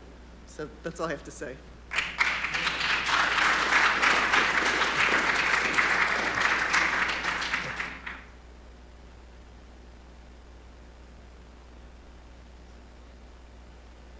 Simmers, 3713 Columbia Drive. I'm a new homeowner. I just moved in January.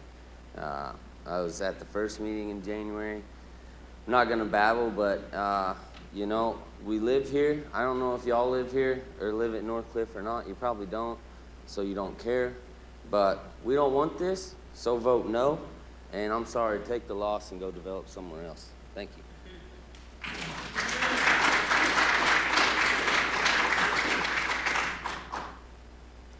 Phil Jackson, 3410 Wimbledon Drive. I did not intend to speak tonight. As I've heard people speak, there have been a couple things I wouldn't feel right not coming up. For me, the HOAs and the presidents of the HOAs, I've gotten to know them very well, very respectable people. And while I respect their decision to negotiate, my wife and I are fighters. We don't negotiate. If there's something that we truly feel strongly about, we will fight. We have no problem with that. Throughout this whole thing from the beginning, we felt like we've been fighting city council as we've had 5 against us for the majority of this time. Citizens have banded together and forced a supermajority in order to try to protect what we're trying to protect without really the true support of city council and what we're trying to do, which is fine. That's the way this is set up. But now the supermajority was lost because the president of Scenic Hills contacted staff requesting the names and addresses of the homes that opposed this development within his neighborhood so he could go and convince them to change their votes, which to me is a highly unethical move. In addition, the PDD is not there to allow developers to have free rein to do whatever they want to do. It's there to give some flexibility, but not huge flexibility. This is making some large changes to the lot sizes, the square footage. That's not appropriate. They can build the townhomes, but it should not be at the level that it is at right now. The UDC, they should at least try to follow some of it.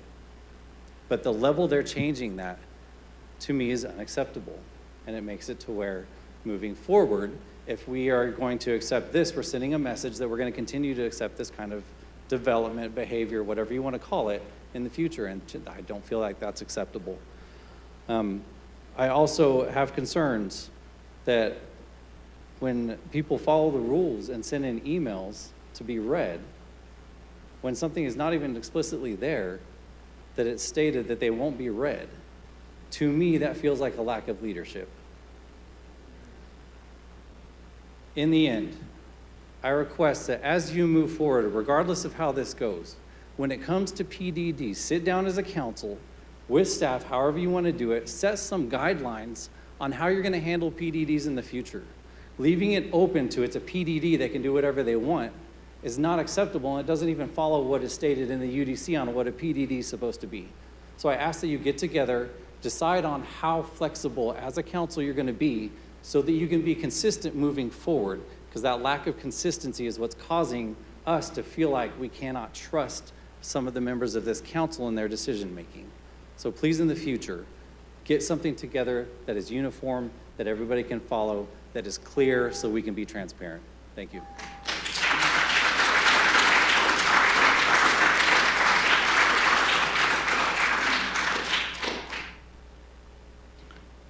Is there anyone else who'd like to address the council?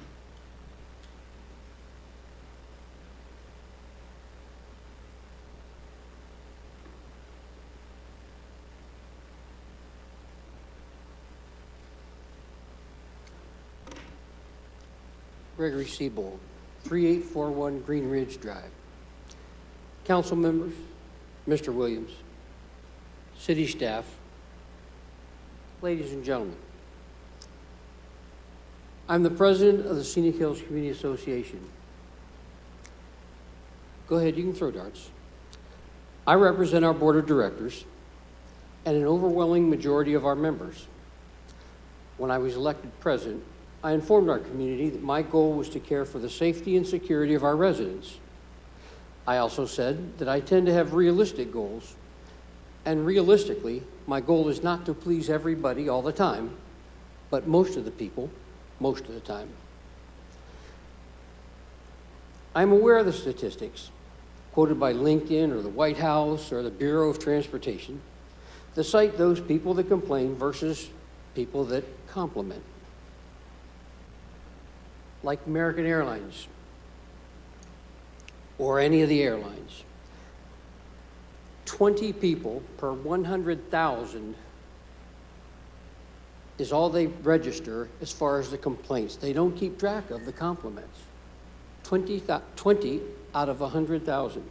They just don't keep track. Everywhere I look, they don't keep track of the people that are in favor. Just like in this room.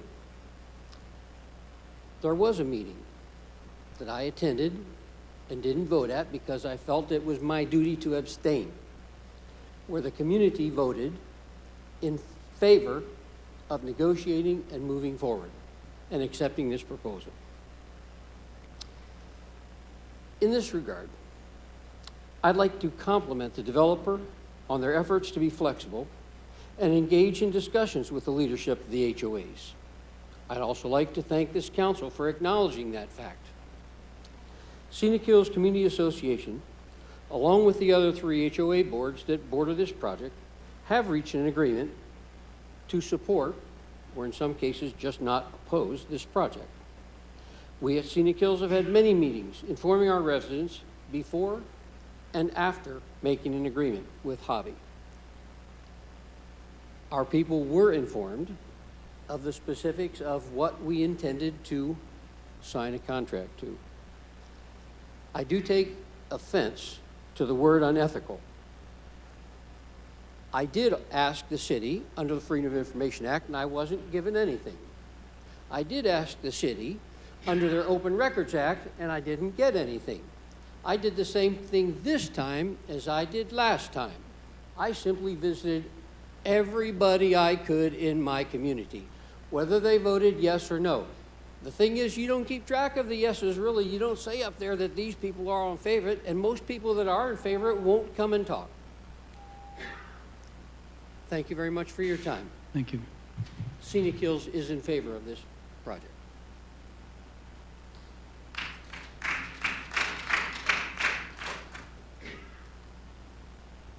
Hello, my name is Sarah Howard. I live at 3672 Pebble Beach. I just want to say that I am opposed to this. I am right up against the golf course, and I just bought my home I got the keys in June. So the reason why I'm opposed is that 0 lot line. That's what really bothers me. If I wanted to live with the neighbor right up against me, I would live in a subdivision like my last subdivision. I would have stayed in Cibolo because they're doing the same thing. They're overcrowding, and those are with single family homes.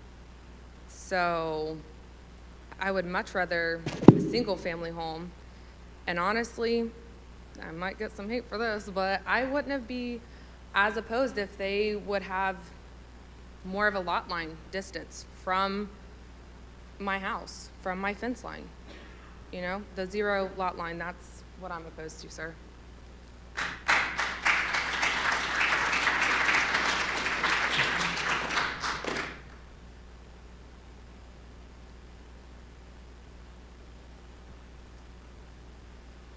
My name is Ron Mercado. I live in 5125 Storm King. My basic question is, who benefits from this? Like, really, who benefits from this? We talk about community, we talk about neighborhood, but that's not going to be part of our community or neighborhood. You go up and down the roads, you see lemonade stands, all this stuff. This is Fed's community. We won't have access to any of this stuff. They're not going to be part of our neighborhood. They're not going to be part of our community. So that's why I oppose this. It's just going to be one eyesore in the middle of our neighborhood and our community. So I say you vote no.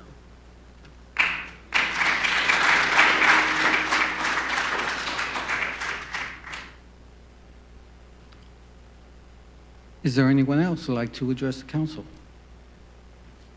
Going once? Going twice? Public hearing is closed. Okay. Before I open it up to council, during this public hearing, several of you pointed out the violations of the Unified Development Code. There were several concerns, violations. The sections were quoted, paragraphs were quoted, and we understand that.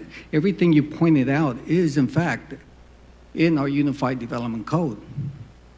However, you failed to point out one major thing that was not mentioned, Section 21.5.10.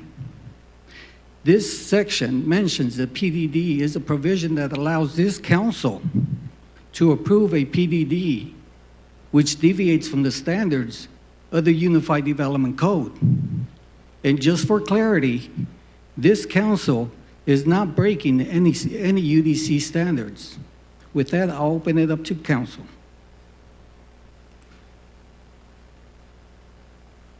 Councilmember Davis.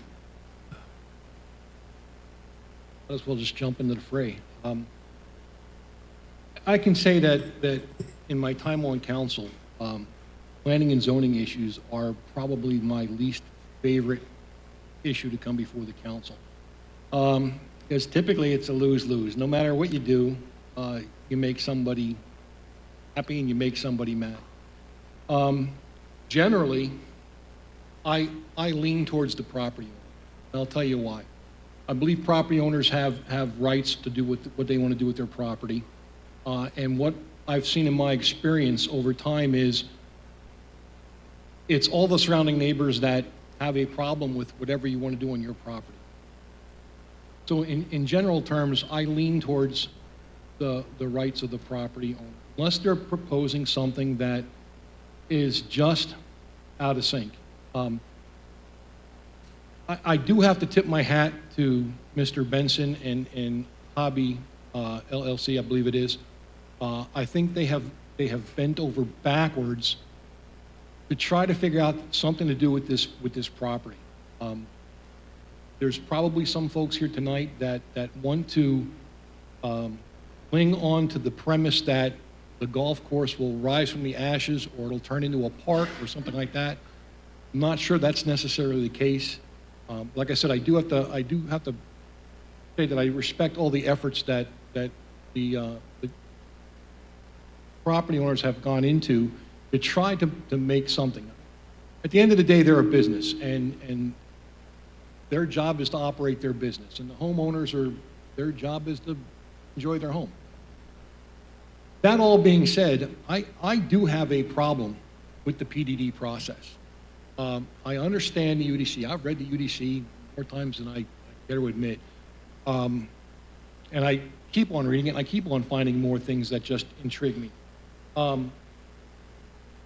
Council does have the authority to do a PDD and deviate from the standards of the UDC. But I have concerns over that process and how far it goes, and then what kind of precedent that sets for this council and councils going forward. This is a unique property. There's a lot of residents that want to keep it open space. I get that. The reality of it is that's probably not going to happen. But I have concerns that now we're at a third iteration, and we're proposing R3 duplex structures. But we want to deviate from the UDC, which has a 9,000 square foot lot size, to a lot size of 56 plus change, to put this development in there. My question would be, well then, why not do R7, which has a lot size requirement of 6,600? And even if you came back with a PDD and said, well, the R7 6,600 doesn't work out, can we knock it down to 6,000 or even the 5,600? That may be something more reasonable, and it's a reduced density. And if that's not working out, then I can make an argument that why not even look at a garden home district? The garden home district in the UDC has a lot size of 5,000 square feet, which is less than the 5,600, but you're not cramming two structures, two sets of families onto each one of those lots. So I mean, this property at some point, at some time, will develop, but I just have concerns with this PDD process and how it's playing out between planning and zoning and the staff, and I think there's a serious disconnect between what we should be doing with the PDD process among council staff and P&Z. Council, any other comments? Councilmember Scagliola. Okay, I apologize if this is going to be long. Hey, I got a newsletter the other day. It's from the Community Impact. They send it to pretty much everyone in the community. And they were talking about multiplex housing and whatnot. And I've been saying really similar things for a long time now, but a lot of times people don't listen to me because, well, for whatever reason. So some very important, very, very interesting individual had these words to say, which were, my gosh, it's like I was talking to myself. When cities have an increase in population and need to accommodate that growth, the small town charm can be lost in the increased developments. Wow. We have a lot of people who want that small town feel that when they come here, and then the growth makes it not much of a small town anymore. We can't stop growth, this individual says. It's not like we can put it, it's not like we can get things not to grow.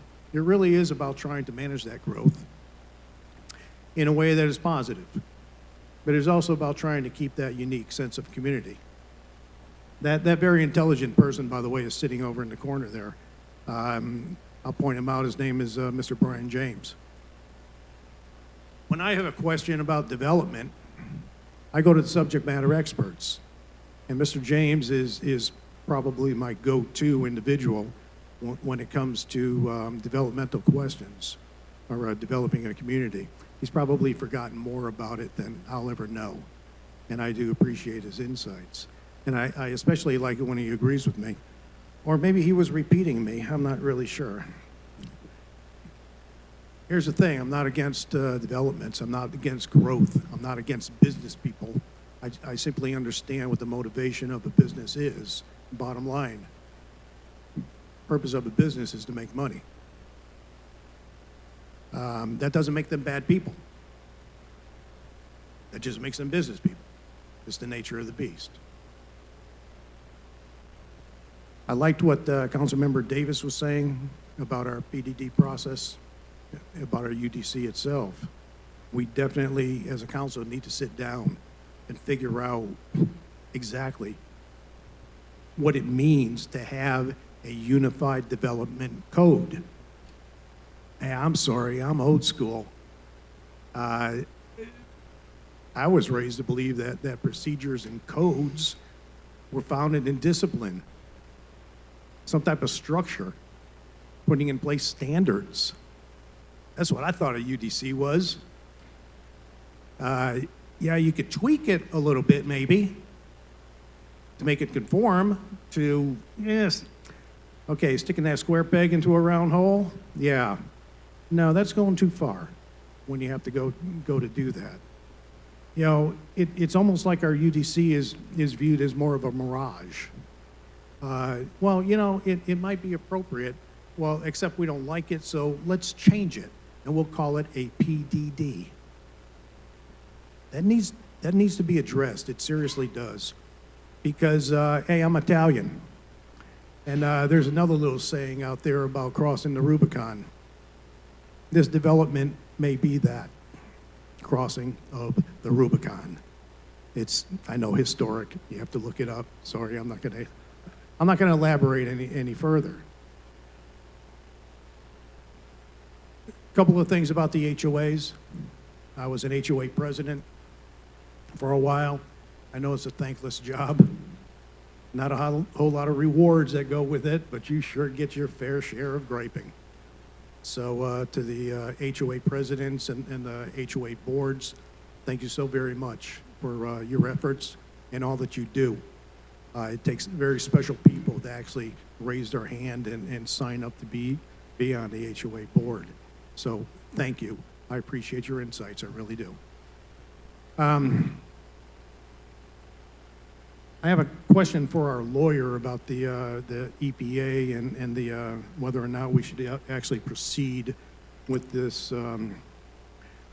issue or table it for a later date because of the issues that were brought up about the EPA standards. So that property's already got zoning on it, and they could come in, as far as I know, tomorrow and plat it, pull permits on it, and proceed. So rezoning it to, okay, all right. So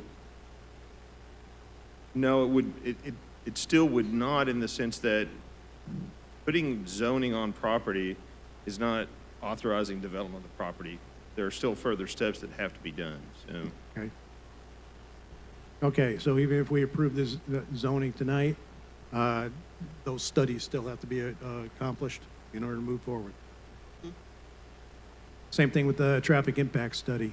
You know, a lot of people say, well, there's no evidence that it's going to impact traffic at all. Well, of course not, because the traffic impact study hasn't been done yet. That's why there's no evidence that it's going to impact traffic, because they haven't looked at the issue yet. There are a couple of positives that we're getting as we go through each iteration of this process, and I'd like to compliment the developer Abby for actually collaborating with the residents, to reaching out to them. That's been one of my biggest problems. A lot of times when there's a lot of opposition, well, you know, we'll just write it out, council will approve it, and we don't have to do anything for the residents. You actually took the time to make it right. Now, there's some erroneous beliefs that this was the best deal that could have been gotten. I don't necessarily agree with that. Some people say, well, we got to approve this or we'll get something worse. I've been on the council over 15 years. It's never happened. We've never gotten anything worse after having disapproved it the first time or the second time or the third time. You can see there's a lot of interest in getting this approved. I like the agreement that was made with Scenic Hills. One of my priorities was to protect the security, safety of Scenic Hills residents. It's a gated community. They like their community. They deserve to have it protected like that. And I told you, it could be, didn't have to be an either or with the walking trail. It could be a both. We can have both. We can have the walking trail and we can ensure the security of Scenic Hills. So that is definitely a positive. I like the idea of the gated community. I know that 75% rule, gosh, that's a hard one to get over. And I'm going to have to ask for legal advice on that again. Is that a showstopper for this particular development? Sorry, can you the 75 acre rule for having a gated community? There's only 24 acres here. But that's still a provision that's, I mean, being provided for within the PDD itself. So, not I mean, from a legal standpoint, it's not a show. Okay, so we come full circle again to a poorly defined UDC. What are the requirements for the UDC and for a PDD? Okay, there are some negatives here in addition to the positives. Duplexes, I don't believe are compatible. Still, this is once again the square peg thing into a round hole. The density of a duplex, I understand there's really good people who live in duplexes. I understand there's really good people who live in apartment buildings, but I don't want any duplexes or apartment buildings smack dab in a single family residential community. That is not the appropriate place. Hey, if you encourage me, I'll just talk longer. There's got to be a better way. That you have single family to the left, single family to the right. Let's take a guess at what the most appropriate type of housing would be. The absolute biggest problem I have is the dimensions on this R3. It's not R3. No, this isn't a duplex. Somebody came up with a bright idea of claiming it was a duplex. Hey, if you can't prove what you want to prove something else and claim it's the same thing. I think that's part of what's going on here. 9,000 square feet for a duplex being reduced to 5,700 square feet. That's just slightly larger than a garden home that you're trying to cram a multiplex housing unit on. 2 units on a garden home plot, essentially. And the other problem I have is there's a little comma in here about the side setbacks. It says 10, comma, 0. I like the way they kind of sneak that in there just a little bit, 10, comma, 0. What does that mean?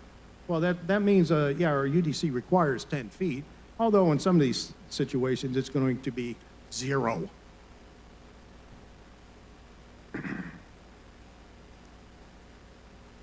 One of the biggest problems I have is with going from 120 feet to 87. That's a big concern of mine.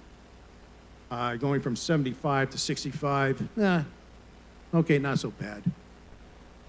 I believe the UDC is designed to be tweaked a little, just a little. But going from 120 to 87 is much more than a tweak. Going from 9,000 to 5,700, 35% decrease in lot size, that's more than a little bit of a tweak. I think we could do better. I think we should have continued the negotiations, and we could have probably gotten something that I would be acceptable with endorsing. don't have the option right now. You know, maybe the supermajority is gone, or maybe I've actually convinced some of my council members that maybe this isn't the best thing possible, and we can do better than we should.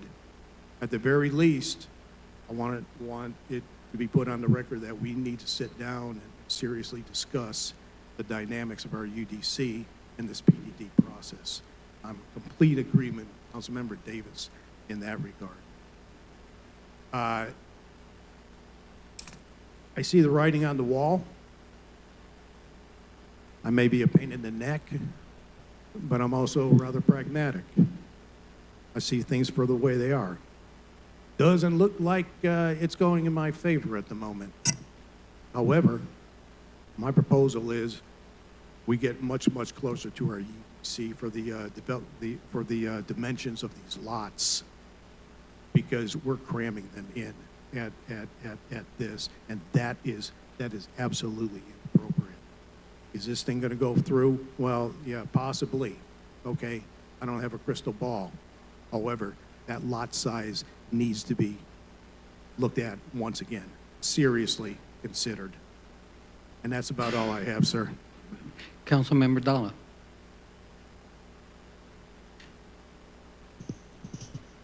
First of all, everybody, thanks for coming out tonight. And throughout this entire process, the passion and energy and effort that y'all have shown has been amazing. I've been involved going on close to 20 years with the city in some form, either as a citizen, planning and zoning, or council member. And this type of passion and energy has rarely been seen. And you guys, no matter how the vote turns out, you know, deserve to give yourself some recognition for that. So, you know, I appreciate it. You know, sometimes we wish we would see more of that.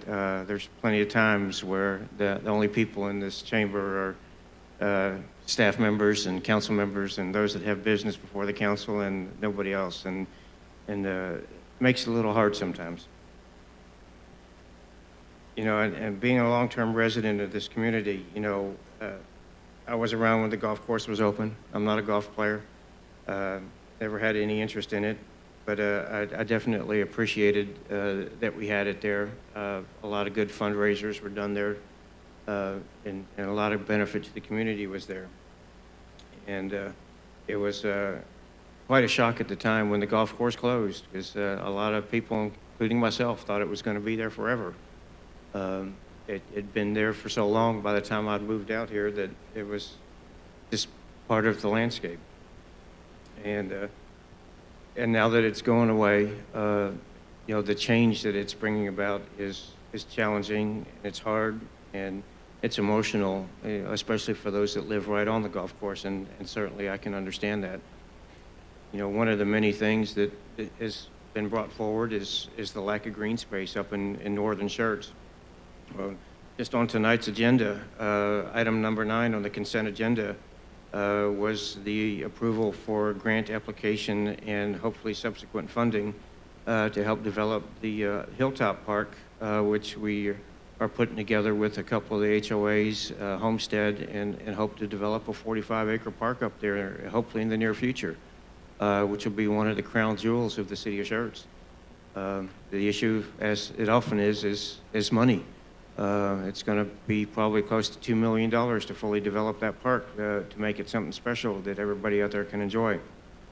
So we're working on it. You know, we've recognized the need for that green space up in the Northcliffe area long before all this started.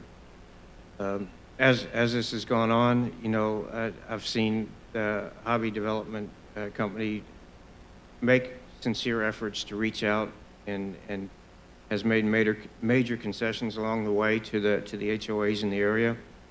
You know, primarily been nearly a 25% reduction in the maximum number of units that are proposed.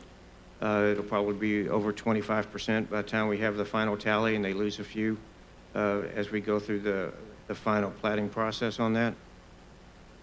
You know, the development process, you know, sometimes seems counterintuitive. Is that, you know, we go through the zoning process before we do a lot of the detail work. Um, and I guess that's just the way it's always been done. And I don't know that it makes it right or not. It's just that the zoning being the biggest piece of that seems to be important that we do that first. But, you know, if and when a zoning case is approved, the developer still has to do the requisite traffic impact analysis. They have to ascertain whether or not there's enough water and sewer service and have plans to upgrade that. If it's not, they have to do the environmental studies. And any one of these individual items can derail a project. We've seen that happen. You know, one of Dr. Scagliola's favorite developments in Southern Church, Prideless Rock, that was approved a number of years ago, was killed during the environmental and drainage portion of the, even after it was approved for zoning.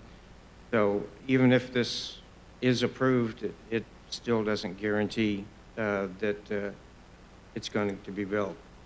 It just will entitle what is going to be possible going forward.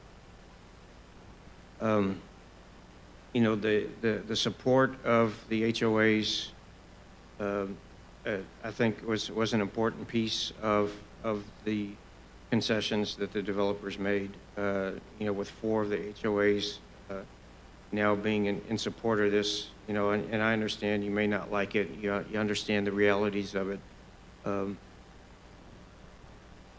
Yeah, there is a discussion that needs to be made about the PDD process, because there are multiple parcels involved with the golf course, and going forward, you know, each proposal, you know, we're going to need to consider it individually and independently.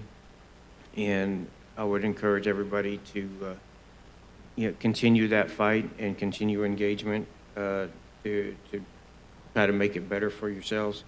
But on this particular case, you know, I voted in support of it in the past, and I still remain in support of the proposals. Okay. Mayor Pro Tem Brown. Again, I'll reiterate the pleasure it is to see everybody engaging in the community, either side, whatever, but it is good to see, because as Councilman Donnelly just said, so often we sit up here and we debate things, nobody in the audience. So I really appreciate that. And let me call out Kay Jackson for very well done little presentation there. Passion like that for my 17-year-old is rare, and congratulations. The PDD process is in fact a process, and somebody set it up here. It's a unique piece of property. It is not a square piece of property that you're going to go, everything's going to be 60 by 120 or whatever. It's an odd size, trying to get something that fits economically for the developer. Again, we are in a private property rights strength of our country and our state. Unfortunately, the city doesn't own this land. Okay, the only thing we own right now is zoning. We, you know, yeah, that's right. We own the zoning. That's all we own. But it isn't our land. Okay, and we still have a responsibility to the landowner to allow them the highest and best use of that land and to get the most for it. Somebody mentioned the arboretum that San Antonio is going to get. Well, that's, the county paid $7.3 million for 150 acres of floodplain. To develop that is going to be another $9 million. The city of Schertz doesn't have $17 million to develop that. So that's not going to happen. And I don't think the city of Schertz citizens would vote for a $17 million bond program to do that either. I realize the passion of the couple of hundred people that do get engaged up in the Northcliffe area, but unfortunately, if you can get the PID going for another piece of property, God bless you. You know, I hope it works. But I think with all the negotiations and all the changes that have happened over the time, the fact that we are going to have something, I personally feel that this is going to be a good project. As a lady said, against zero lot lines, that's not the back of the property. That's zero lot line side to side. That allows for a garden home style lot. Okay, you're still going to have a backyard there. You're still going to have separation between property lines. So,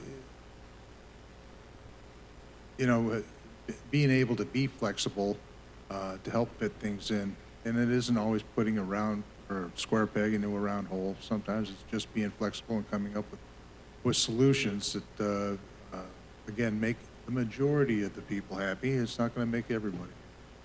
But I think it's going to be a good project. I think people are going to be surprised the rapid growth that we have out here. I'd rather see a duplex community come in than a 600-unit apartment complex. Now that's an impact on traffic, so and much less to control. So I'm going to be in support of this. So. Okay. Council, any other comments? You know, first of all, thank you all for coming out here. It has been a very long process. This is the third proposal that we started almost a whole year ago, and we've seen it develop from one option to a second option to this third option. And during that time, there has been compromise. I remember our first meeting, there was really no support for that first project. All of a sudden, we find ourselves here today, and I see more people in support of this project.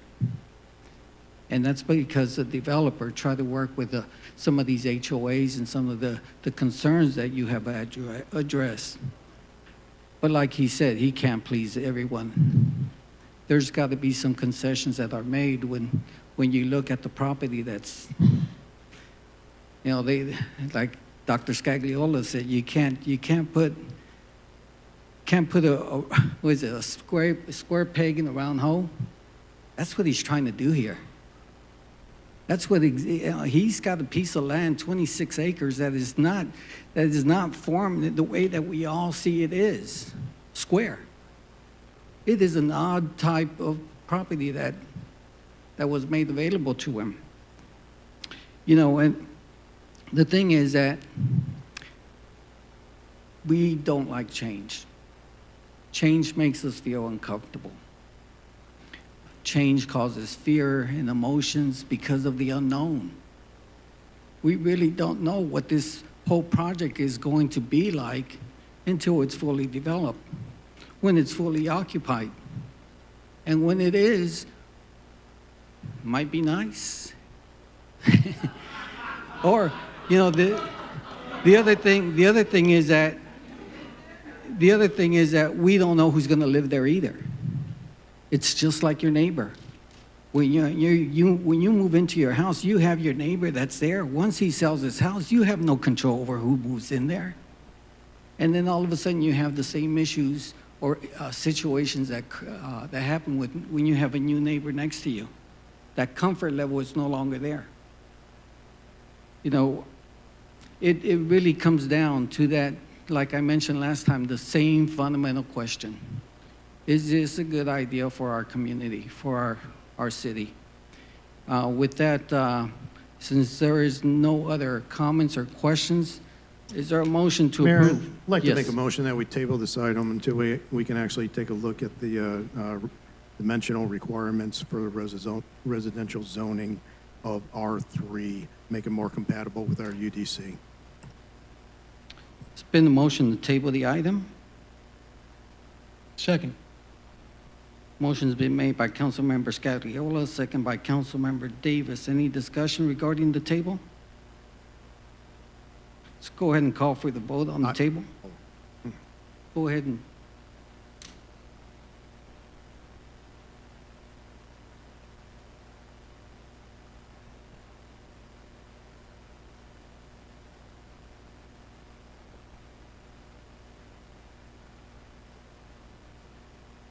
All right. Mayor's voting. Okay, if you can go ahead and publish the vote. Vote to table is 3 in favor of tabling, 4 against it. The motion is denied. All right. Is there a motion to approve ordinance number 23S14? Mayor, I make a motion we approve ordinance 23S14. I'll second. Motion's been made by Councilmember Dalla and second by Mayor Pro Tem Brown. Any other discussion? Let's go ahead and cast your vote.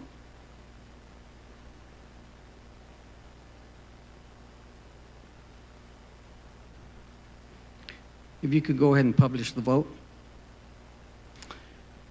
4 in favor, 3 objections, motion passes. If you can go ahead and record the vote and confirm it.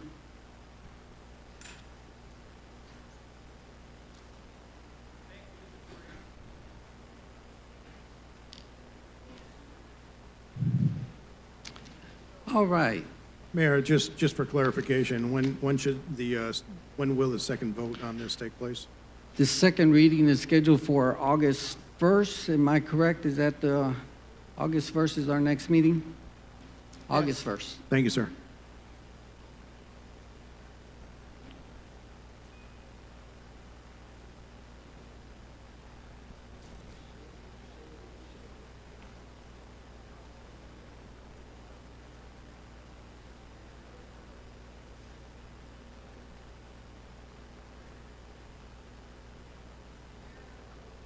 I'd love being a lame duck.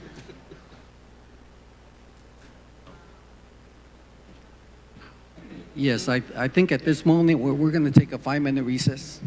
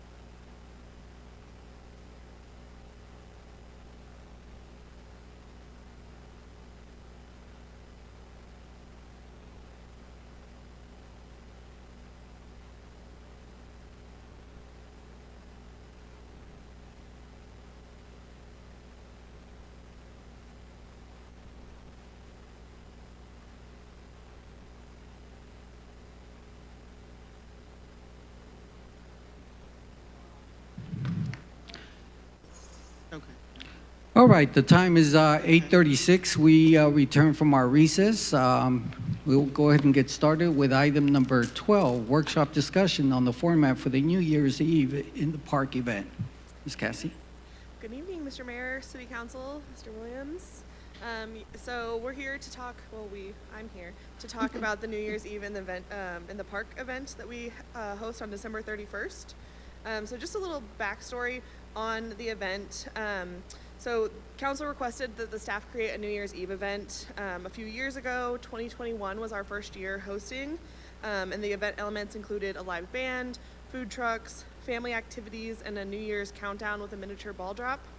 The event is held from 8 p.m. to midnight and has a budget of $10,000.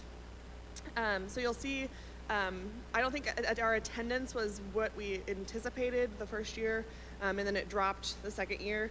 And there's a couple factors we think might contribute to that I'll point out here shortly.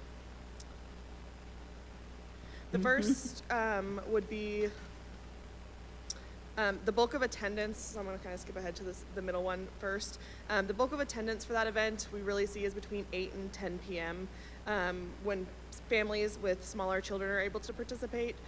Midnight's just a little too late for some of those kids to stay up until, I know myself, I am typically in bed before that as well. So the bulk of attendance really is kind of that earlier time frame. And then we were looking at just the return on investment for a program like this with only 200 to 150 people attending it. That attendance is similar to our Movies in the Park series, which we budget about $1,000 per movie for.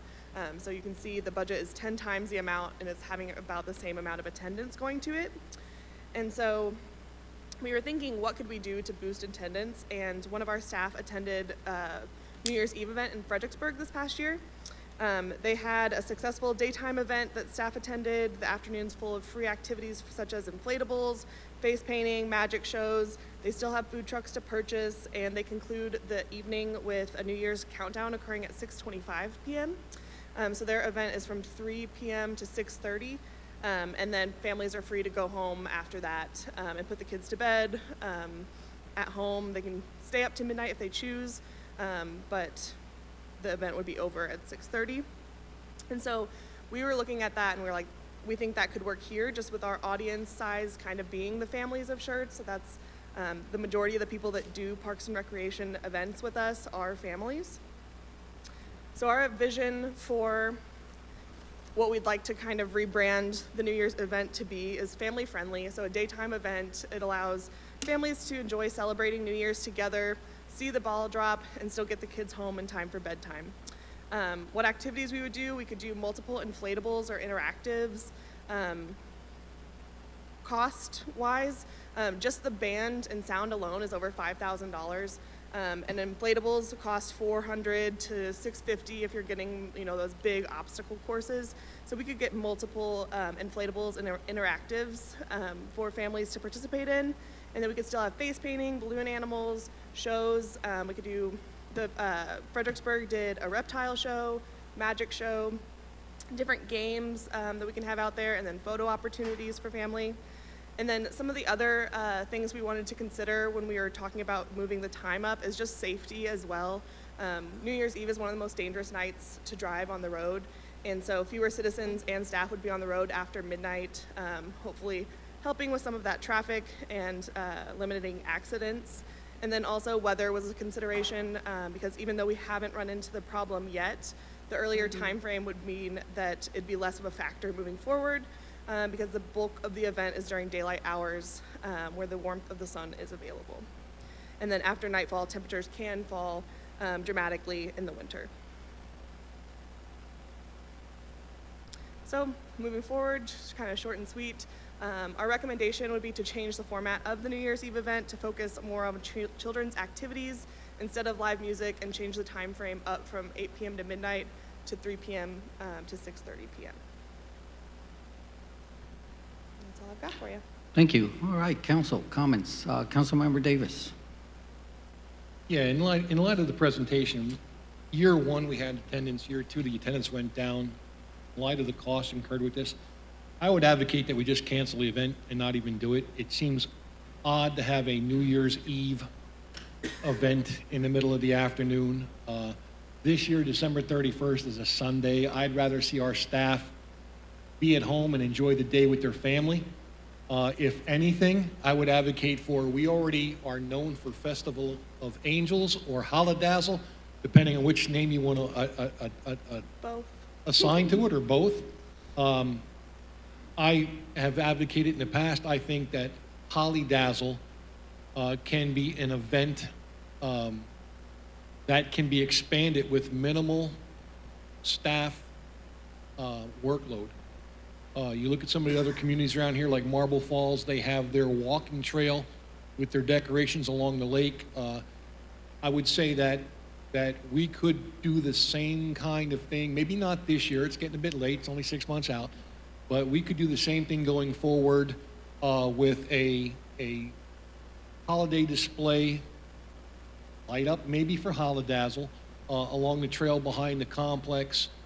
We could certainly offset the cost with sponsorship by local businesses, local community groups, staffing for some of it, like a snack bar or hot chocolate or treats can be done by local scout units and stuff like that. It would be a benefit for them.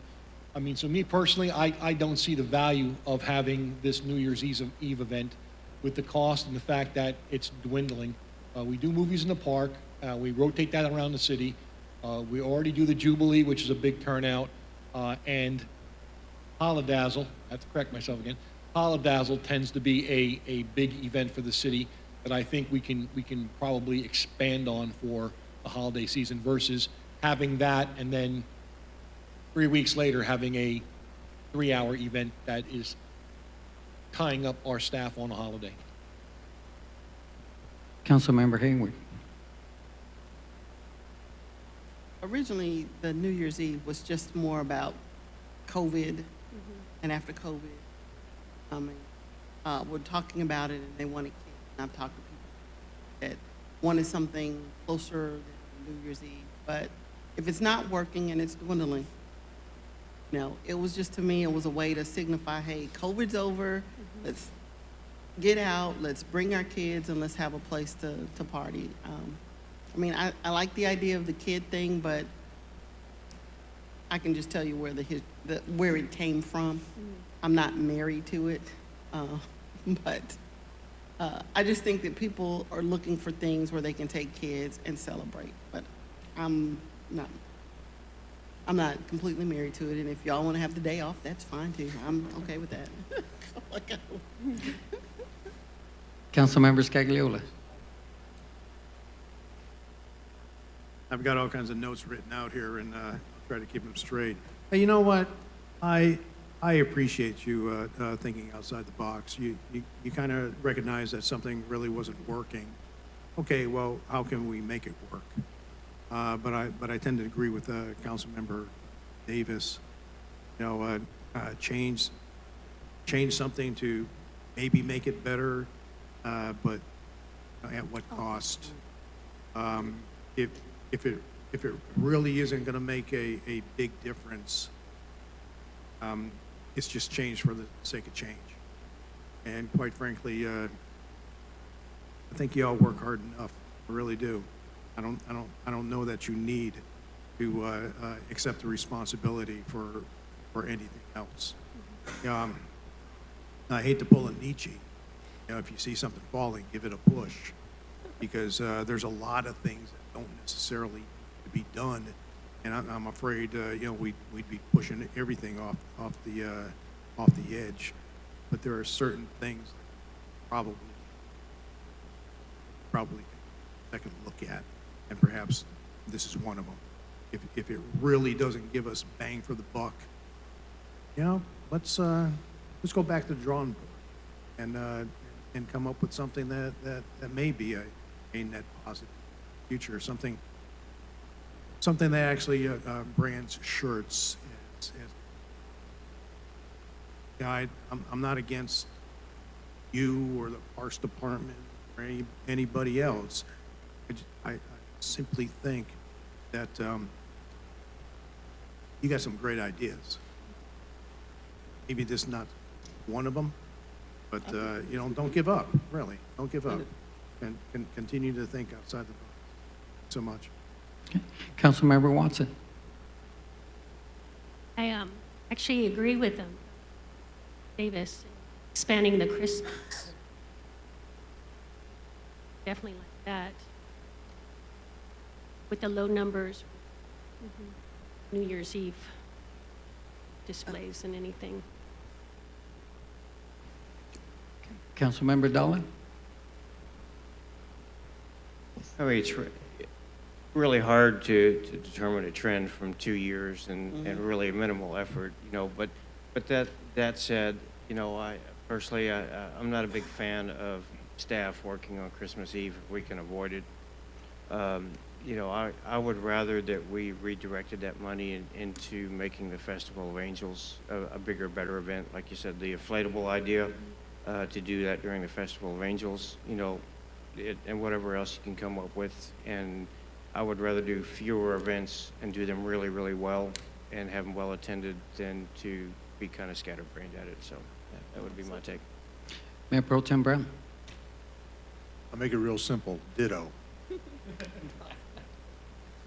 Okay. I think we, Mr. Williams, I think we have direction on what we're going to do with the New Year's Eve. Yes, sir, Mayor. We'll get to work right away.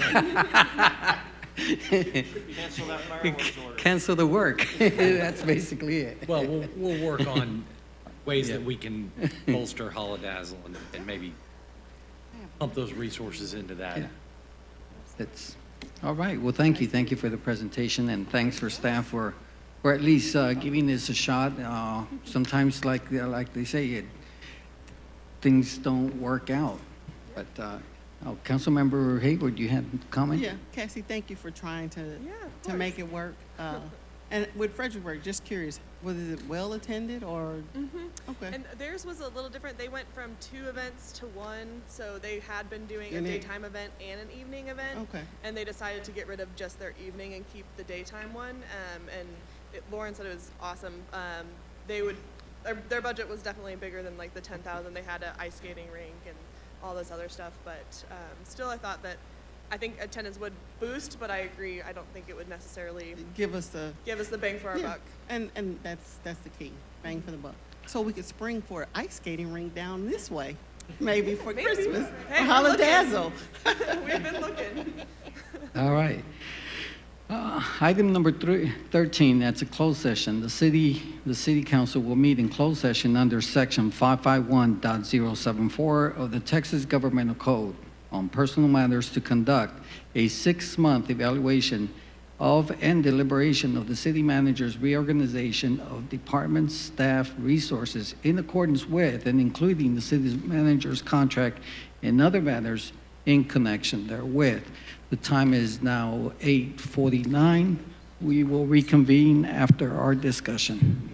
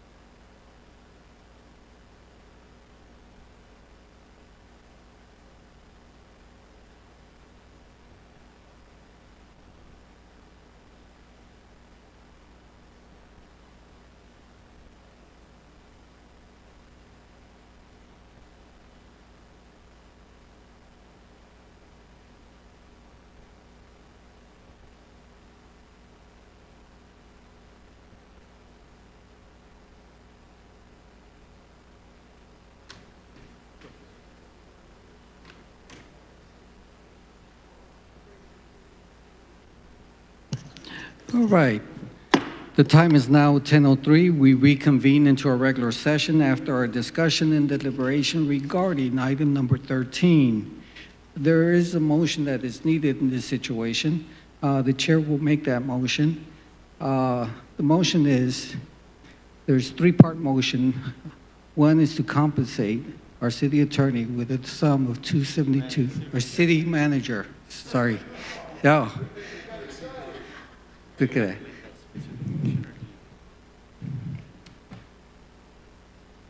I don't know, that we make changes to the compensation. I think council wants us to provide specific numbers, am I correct? Yes. Okay, compensation at $272 with an $8,000 car allowance, and reset the contract to July 19, 2023 with an expiration of 3 years from date. Do I have a second? Second. Have a motion made by the mayor, second by Council Member Watson. Any other discussion? Council, cast your votes. Okay.